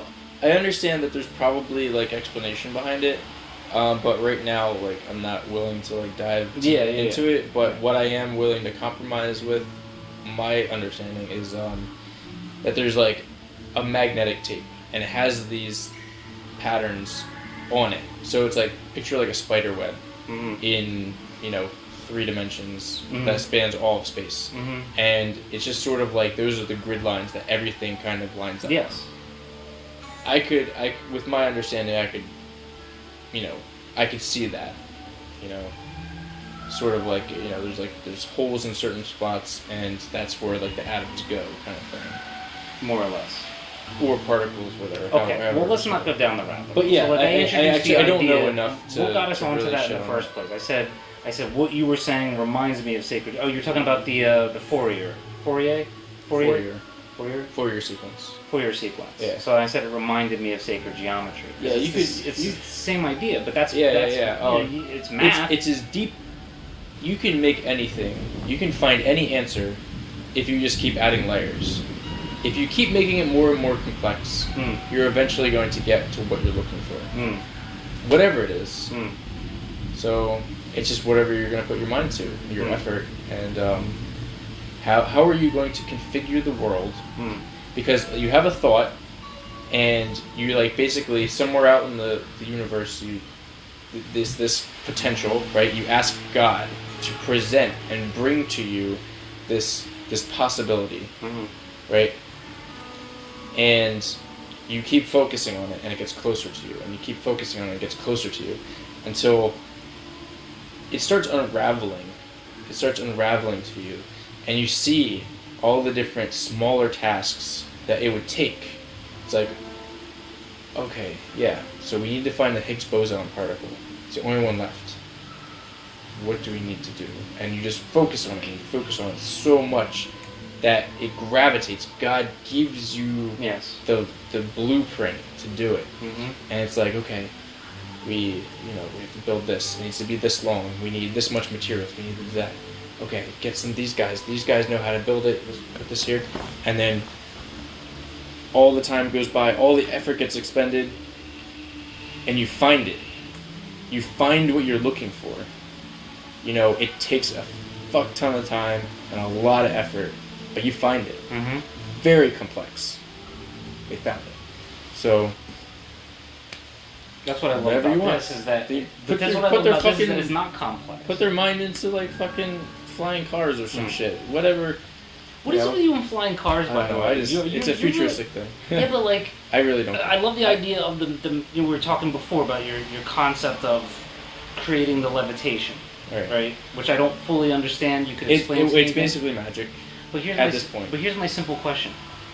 Why would the fuck would we want flying cars? No, hell no. That's what I'm saying, you know? It would just be like, I don't know. I could see... See, alright, what I'm saying is, I'm going to throw out there also the idea of, what's it called? When you spin the ball and let gravity, and then it kind of has a motion to it. Yeah. What the hell is that called? The Magnus effect, right? Could you use the Magnus effect to help planes lift off? Mm. You know? All you need is the sphere. It doesn't have to weigh a lot. Right. Weight has nothing to do with it. It's actually better if it's lighter. You know, you have a lighter ball, it'll travel further, right? If you can anchor that down and create the upward thrust that it's generating from... So if you drop a ball and it's spinning and it's going straight down, right? It's going to move forward away from you. Like, you know, over the spin, right? If you're assuming that you're putting backspin on it. Yeah. Right, it's going to move that way. So, like, what if... So you can say that if it was standing still, relatively, the Earth is moving up towards it. Okay. Right? So now if you put it on, like, an aircraft wing or something, now you can say, like, what's in front of the plane as it's moving is moving towards the ball. Okay. The in front will be up. So it creates lift. So actually, you know, you'd have to get moving first, but once that ball starts spinning, you're going to have an upward thrust. And if you can help that ball spin faster by directing airflow, you know, the jet engines need air intake. So if you can put that jet engine maybe like Magee and have it turn on, it sucks the air, and it helps the ball rotate. Right. You know, maybe you could, you know, go into space for less cost. It's you know, like, to me it sounds like it makes sense. Yeah, I have but no I idea don't know if it enough would. about I physics and engineering, but I wouldn't know if it worked. But I love that these. It's are a concept. These are the concept. Yeah, but you think of these concepts all the time. Apparently these things. I have too many. Yeah. Let's hear them. What else you got? I don't know. I'm trying to put them out there as soon as I get to them. But yeah, it's just like this concept of like a lift, you know. The practical, if you have something that drives force upwards but not downwards, and you can stop somehow that downward force, you could cheaply go to space. Wow. That's revolutionary, you know. And it seems like, you know, the smartest people in the world will be like, you can't do that. You can't do it. But look, they're looking for the can't. And they're going to find the can't. Sure, of course. Right? So if one person that's influential enough hears this and is like, yeah, you know what? It sounds crazy, but people, you know, thought the Earth was flat at one point. We thought that the sun revolved. All these inconsistencies. Fucking Leonardo da Vinci was drawing flying machines 400 years before we had them, and sometimes things get discovered from the past that there's like revolutionize the present. Sure, and it's just like, you know, when is this idea gonna come into fruition? I mean, that's literally, if you can defy gravity with that force. I mean, it'll take a shit ton of volts, but if you can cancel out, you can use that force lead. Right, and stop it from pushing down, because you have the two wires, and you have a down and you have an up. If you have a one-way circuit where like force can go up but not down, I don't know what it is. Maybe if I thought about it and I like prayed to God, the answer out there in the universe, the infinite universe, would just come to me, and who knows? Maybe it would just. Like, maybe it's an object made of some kind of extraterrestrial material. Not bringing aliens into this, but like, if it's not known to this world, it just appears.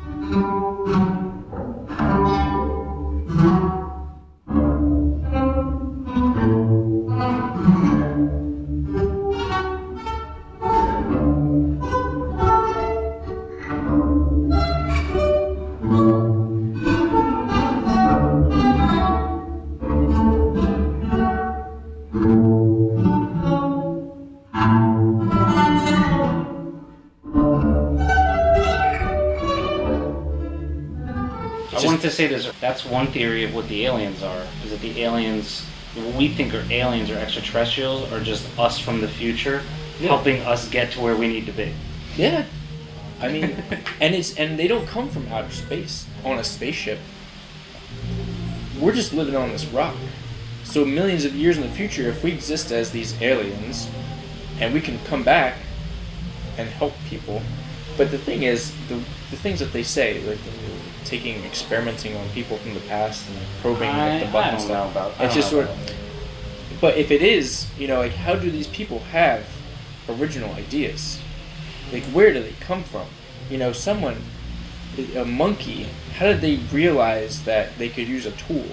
How did somebody realize they could start a fire? Well, so a strictly materialist... Things that never existed before. A strictly materialist argument would just say, you get a brain that's complex enough and you pour enough information into it and it starts making connections, then these so-called original ideas we have are just the byproduct of neural connections. And that is 100% true, in my opinion. Well, sure.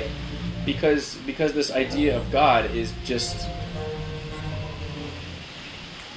It's the possibility. It's the... I know, and I'm contradicting myself before, I said everything is material in some way, but, like, a concept is not material by definition. By our standards. A concept is not, like, a thing. It's not physical. See, I'm a little more woo-woo, so I would say that it does exist somewhere in another dimension, and that we are receivers for it. Yeah, okay.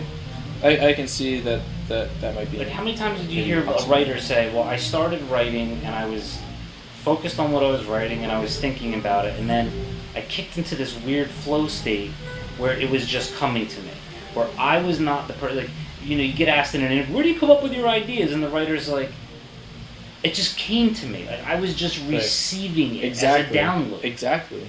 Because they're in the moment. Right. They get in that zone. They're in the moment, and they can just... the universe just pours into them. Mm-hmm. Like, it bends to the person's will. When you're that focused, bringing it back to meditation, that's the goal, is to focus and get yourself so focused that you can always live in the moment, and you're always making these incredible, like, decisions based off of this God knowledge. There's probably not much difference that in the flow state, which has been described, and you can achieve flow state with anything. Cleaning the house, you can achieve flow state. Yeah. There's probably not much difference. I like that they named it.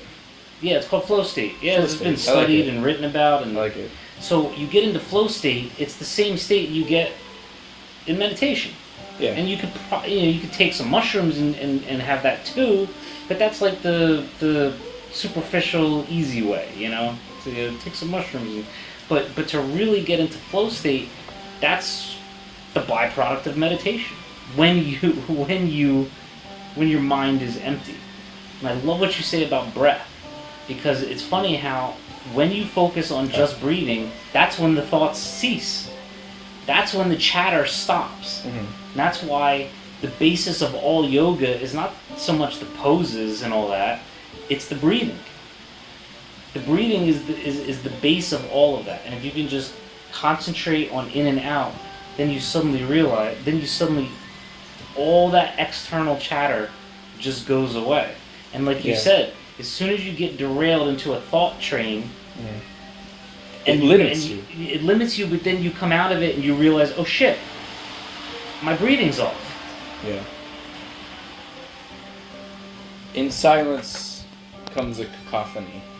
When you silence your mind, it's so anti-intuitive. Like, when you quiet your mind and there is nothing, you open the door to everything. Yes, right. But this is why so many people, in my experience, are terribly afraid of silence. Have you ever ridden in the car with somebody and not 30 seconds of silence can go by before they have to fill it? Or sat in a room with somebody for any length of time in silence before they had to make some sort of sound. And even if it's not a verbal sound, they'll make a cough or a tap or a scratch, because people are afraid of silence, because silence forces you into it's one of the things that forces you into the present moment. I see this all the time. All the time. And the big example for me is being in a car with somebody.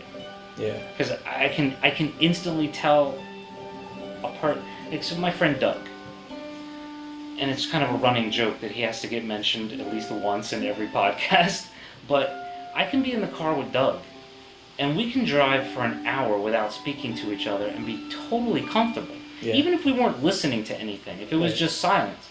Now, I might be lost in my head or whatever, but there is no need for us to break or fill that silence. Mm-hmm. There are very few people I can be in a car with that can do that. Yeah. Pay attention to it next time. Yeah. Anytime it's silent, you watch. Count how long it takes before somebody breaks the silence, either consciously or unconsciously.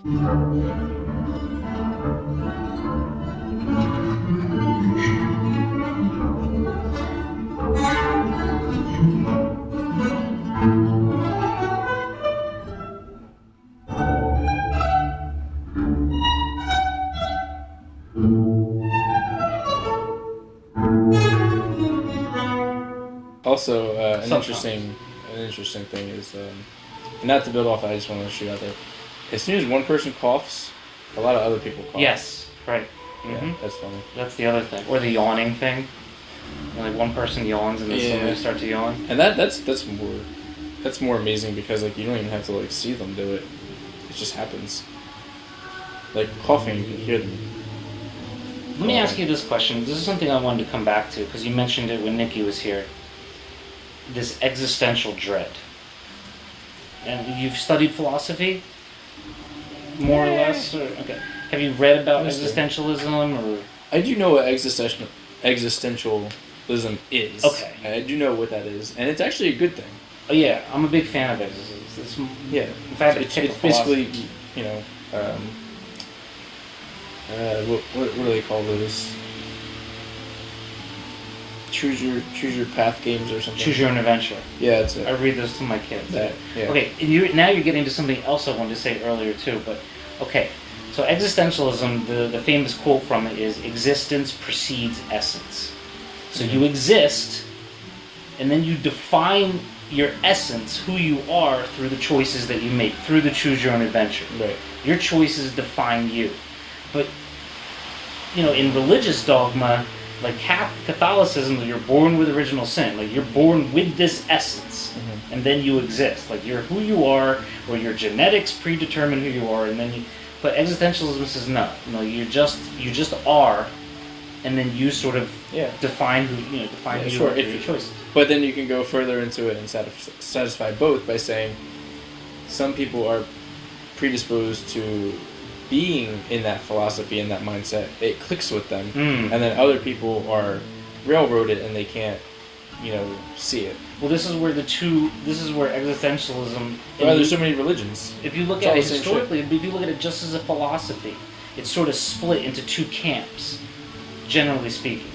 Now, one camp says that when you just exist and you have to choose to define your essence, that can freeze you because you become overwhelmed. You don't know which choice to make. You don't know who you want to be. Right? That's where the existential dread comes in.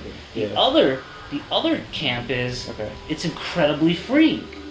Right? Yes, the universe is absurd, but I'm going to embrace that absurdity. I'm going to make choices, and tomorrow I may choose to be somebody different than I was. So you can look at it as you're free and it's a good thing, or you can look at it as fuck.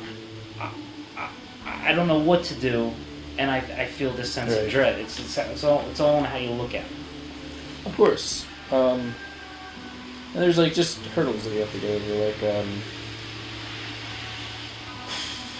am I choosing the right path? And it's obviously you can just swing it. If you just want to go through life as the guy from The Big Lebowski, just nothing real big or anything like that. But he's a hit with all his friends, kind of thing. I mean, sure, but if you really want to focus up and change the world and reach the stars, there's a specific way to do it. You can't get to outer space without building a spaceship. Okay, but where's the... When you say one path, Why does there have to be one correct path? Because I can't learn to code by painting a picture. But what if somebody never learns to code and only paints pictures? Are they on the wrong path? To coding? Yeah, they're gonna have a hard time. But they're not interested in that. They're on their own path. Right. So all paths lead to the one. But if you want to discover the cure for cancer or something, you can't be an artist. Sure. You know, maybe being an artist, you know, like you see things in a different light, and you have a friend that is interested in biomedical science, and then you maybe mention something to them. It's like, oh wow, I'm science minded. Like I didn't even think of it that way. And then they make the discovery. Like you can indirectly help. Mm-hmm. You know, like we are a society. Yeah, sure. But you know, if your goal is to, you know, colonize Mars, you can't do smoking a joint with Joe Rogan's not going to get you there. Right. But see, that's my point. Is that like, so when you say the right path, you just mean the right. If a person has a destination in mind, then there's a correct path for them to get there. Is what you're saying. Right. Yeah. There are certain things that you have to do that forward yourself towards that destination. But you chose that destination. If you want to get to Chicago, you can't be going east. Sure. I mean, if you go far enough east, you can get there. But is it wrong or incorrect if you don't go to Chicago? If you're just like, I don't want to go to Chicago. Right. But what if you do want to go to Chicago? Yeah. So I mean, you can go to Texas and then go to Chicago. But like your trip journey. Yeah. Is like way longer. It's like two sides of the triangle versus one. In existentialism, I think this would be defined as living authentically and living inauthentically, which is like Heidegger. I mean, see, I don't know. I think being focused and choosing the correct, the fear of doing something is the bad part, right? Sure. The fear of not going down the correct path is the wrong path all the time, right? If you don't try, you can't win. Yeah. That's where I'm at, right? It's the existential dread paralyzes you, which you mentioned earlier, right? And you don't make decisions because you don't know if you're making the right one. But if you develop the philosophy of like, I can do whatever I want, it's the right decision, then you get Hitler. No, I'm just kidding. You get your worry goes down because you're like, oh, I'm on the right path. There's no question, there's no dread appearing because I think I'm on the wrong path. It's like, yeah, whatever I'm doing, it's the right one. Now, you can.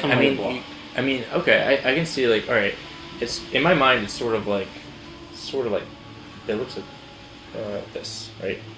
Right, and here's a divide right here. It's like a tangent. It's a tangent curve, right? You on the left side, you have it going downwards, and it's the negative existential going down. But then if you're tipped on the right side, it always goes up. And just as long as you can stay on that right side, you know, it's going to compound and it's going to get exponentially greater. Yeah, like a snowball effect. And it's just a matter of staying in that state long enough to make it habitual. And you know, you build up that city in your mind, and the other city, like there's no funds, and it goes and turns into Camden. And then dusts. So where is your existential dread coming from then? It's the fear. Fear of what? What is so this it's this fear of not walking down the right path, right? So like, there's paths that will bring me happiness, and there's many of them, and that's the problem. I enjoy everything, you know. Like, there's a lot of things that like just are fascinating to me. You know, I could get into biomedical, I can get into environmental biology, agriculture, computers, acoustics, just religion, philosophy, whatever have you, architecture, art. It all is fascinating to me. And it just pains me that if I'm learning computer science, I'm not learning how to art. And I'm not learning how to architecture. Why can't you though? But I can't. I mean, it's making the progress to the other thing slower. I consider myself a jack of all trades because I know a little bit about everything. Mm-hmm. I'm a master of none. So what? I am not comfortable with my situation right now. I want a successful job. I want to make money. You want to have something where you're I want to be stable. This is what I do, and I want to be stable. Okay. I just want enough money. If I could go around and confidently just, give people a little bit of information like about everything, that would be great. I don't buy this idea of stability though, and I don't buy the idea of a correct path, because there's only now. There's only this moment. That's all there is. You can panhandle and swindle. What do you mean? For money. Why is money? Because you buy food with money. I could steal. You could grow your own food. If the entire civilization collapsed today, you of all people would be able to feed yourself because you know how to garden. But you need investment into that, and you need time. Like it just I've thought about it before, and it's just you need money. You need stable money, because sure, if I fed myself, right, and I just like fuck the world, and I'm gonna make my little farm, right. First off, if your crop sucks, you're dead, right? Because you don't have access to anything else, right? You don't have access to healthcare. I would be dead, right? Dental, my teeth would be rotten. I don't have a car. This sounds to me like a lack of faith. There's no. There's things that you need in the world that we have built right now, and you can't do that alone. Okay. And you need to spend 40 hours a week, more or less, to help other people so that they are willing to give you sustenance to keep living. That's the agreement that we have, and that's the concept of money, right? Right. I'm gonna trade my time for this green, and then I'm gonna say that, okay, here's my time. Here's a note, a promise that I have worked and helped society. This is my promise that I've helped society. Please take it and give me, sustenance so that I can keep helping society. That's not what money really reflects. That is. No, it doesn't. What about somebody that wins the fucking lottery? They have tons of money. They didn't earn that shit. They didn't do anything to help society. But it's luck. It's that. Don't even get into that. That's not valid in this discussion. Right. But even still, even if you, let's say you made the correct choices. Luck is different. You focused on. Let's say you focused on what you needed to focus on, and you had the good paying job, and you were what you believed to be stable. Tomorrow, anything could fucking happen. Absolutely. Like you're never, and that's a part of the dread. Like you can get hit by a bus tomorrow. Right. You don't know. Right. But you have to have a goal. Sure. And that's where I'm at right now. It's like, okay, I need to live, right? So I need a goal. I need a goal to work for, something to get me up in the morning. I understand. Right? If you don't have that, I get it. You're not there. I understand. I guess I'm being too hard because when I'm 41, right, and I've been teaching for 20 years, so like I have my work. Yeah. Right. I know what it is that I do. It gets me up in the morning. Right. It helps pay the bills. And what you're saying is I'm not there yet, and I need to find that. And that's where this existential. Like you're there.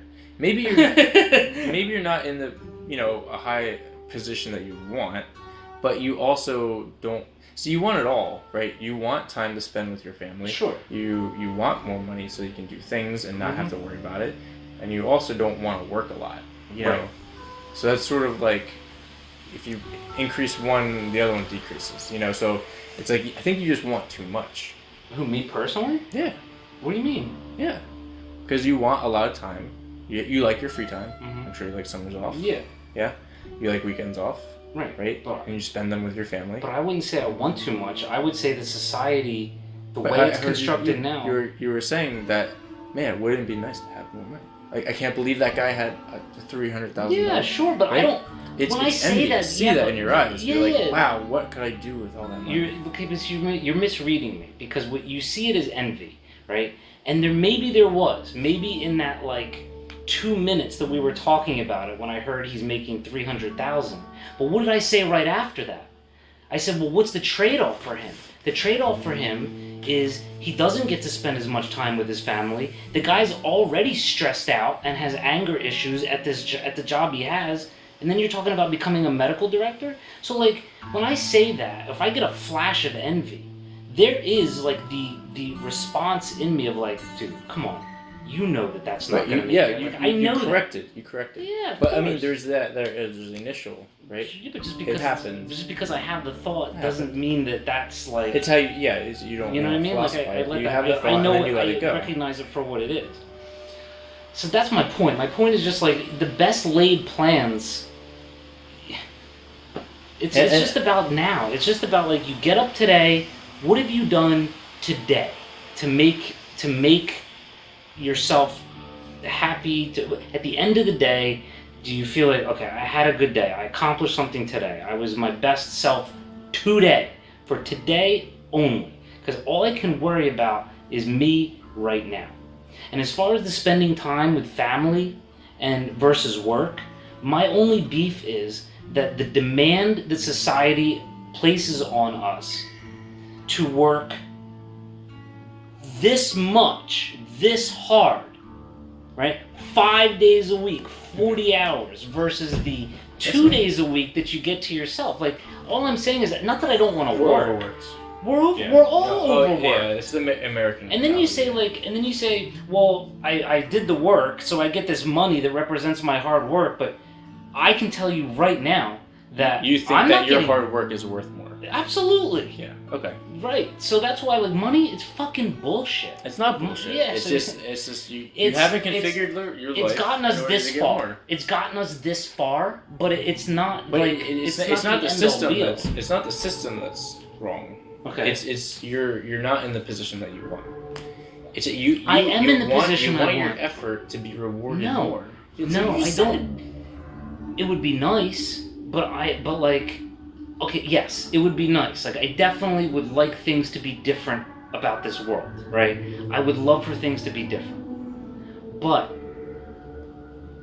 if I can't change that, I'm still gonna get up, despite the fact that I'm not getting compensated enough for my job. I'm still gonna go to my job, and I'm gonna put my full effort into it in that moment, for no other reason than I couldn't live with myself if I did anything less. I don't give a fuck ultimately. Right. I'm speaking ultimately. Right. Would I like more money? Would I like $100,000 a year to live more comfortably? Yeah, but I don't believe for one fucking second that that's gonna make me happier. It's not. Would it reduce any stress? It might reduce stress, yes. Being able to pay the bills, like Joe Rogan says this, and scientists have studied this, like, where they say that if you make $90,000 a year, that's 72. Enough to, what is it? 72. 72? Well, fuck, I could get there. Yeah, to live comfortably. And then past that, you could make $1 million, but it's not going to make you any more happy than when you were just able to cover the bills at 72. Right? Exactly. So that's my point, is like, I'm not going to focus on the fact that I'm undercompensated. I'm not going to focus on the fact that I should be getting, maybe once in a while I will when I have a bad day or I'm frustrated. I mean, maybe. But ultimately, I know that doesn't matter. It doesn't matter. I have to learn to be grateful and appreciate what I already have and not come from a sense of lack. See, this is like the whole law of attraction thing. Mm-hmm. If you're constantly thinking, well, I have to achieve this goal, or I don't have this, then you're just sending out the signal to the universe, I lack, I lack, I lack. And they give you what you feel and think. So it's like when you had that car on your dashboard, the truck, and then, what was it, you found the same exact truck that you had on that dashboard and visualizing. Mm-hmm. But when you were visualizing, you probably weren't thinking, how am I going to afford that truck? You weren't thinking, what do I have to do to get that truck? All you were thinking about was, man, that truck, I will feel good. Like when you thought of having the truck, you probably felt joy, right? It's that feeling of joy. It's that attracts it to you. You just constantly take a pause, Mark. Breathe. 'Cause I feel myself derailed, and I always do this. Like I get very animated and like I get loud, and you know I understand that.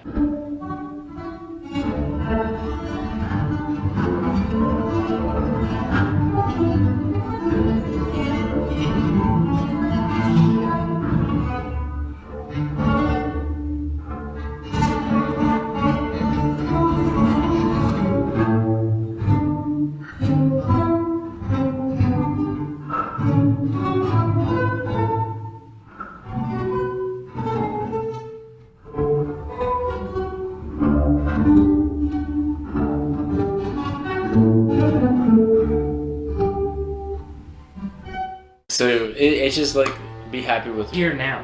It's happy. really as simple as be here now. You have what you have. Yes, you can work toward goals, absolutely. Yeah. But like, don't worry. Don't put yourself down because you're not there. Yes, and don't worry about how you're gonna get there. Don't worry about the hows. See? Yeah. See? Look. See?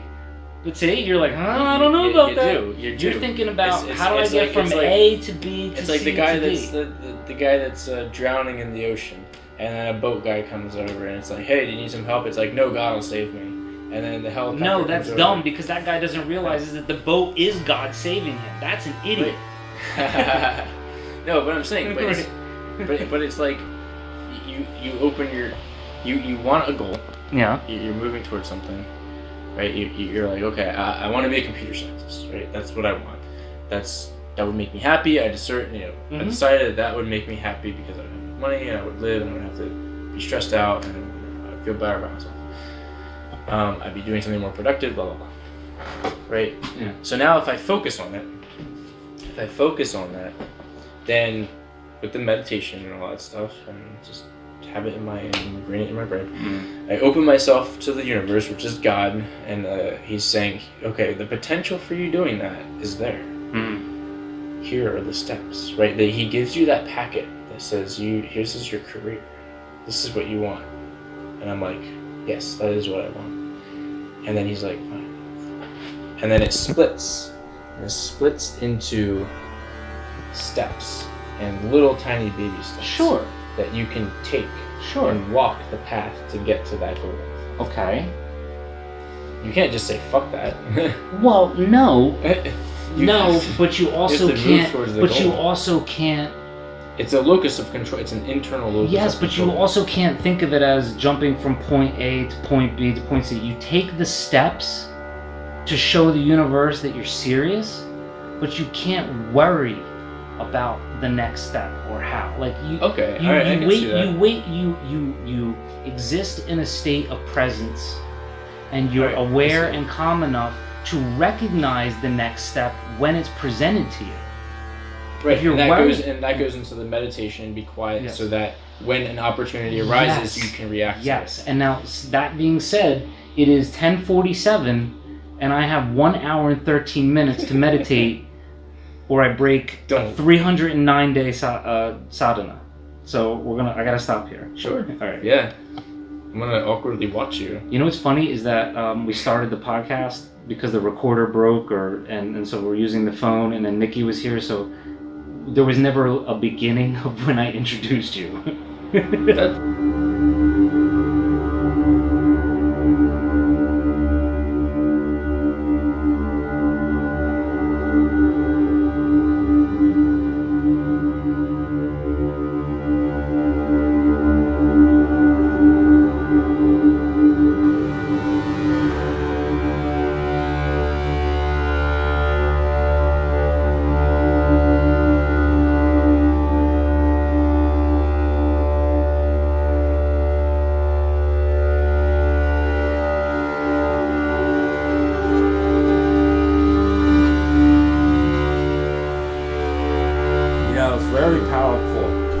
Positive family, the power of the prayer, and God, plus the positive atom. All those things mean so much that gets you through life. We covered all the important stuff. That's right. So now let's cover the unimportant stuff. It's a microcosm of all of the pain of the United States. Ooh. You see, getting his mood.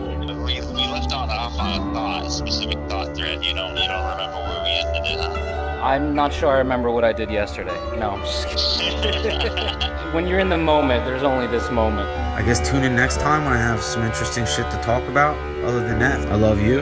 I love the world. Peace out.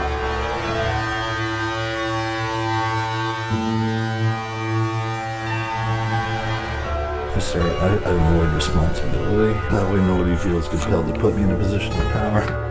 Be excited, because now it's here.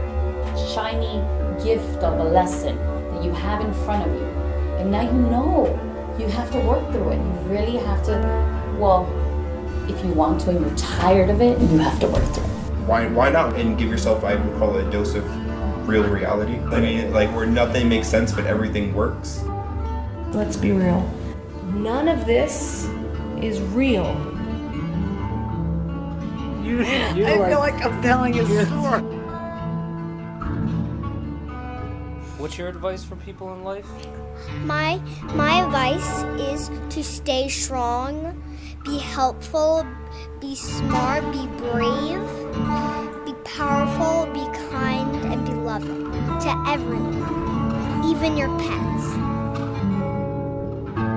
People are like, oh, wouldn't you get lonely when all your loved one dies? Like, no, you get new loved ones.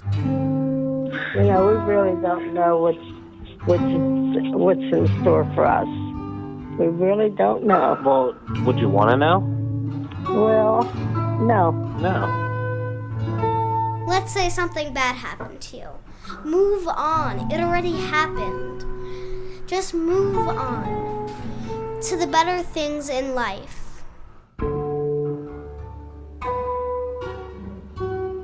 I hope it's really not just us. Right. And everyone else is like, self-created eternal hell. No. Every waking moment is a joyous experience of growth and opportunity. I find myself totally spiritual centered and at peace with the balance between me and the rest of the universe. We can't believe we're good at what we do, because if we believe that, then we'll stop doing it. And more than that, we'll stop growing. What a heck of time! Amen to that, my brother. Marcus, own the day, own your life. It's such a game changer. After all that, they won the game.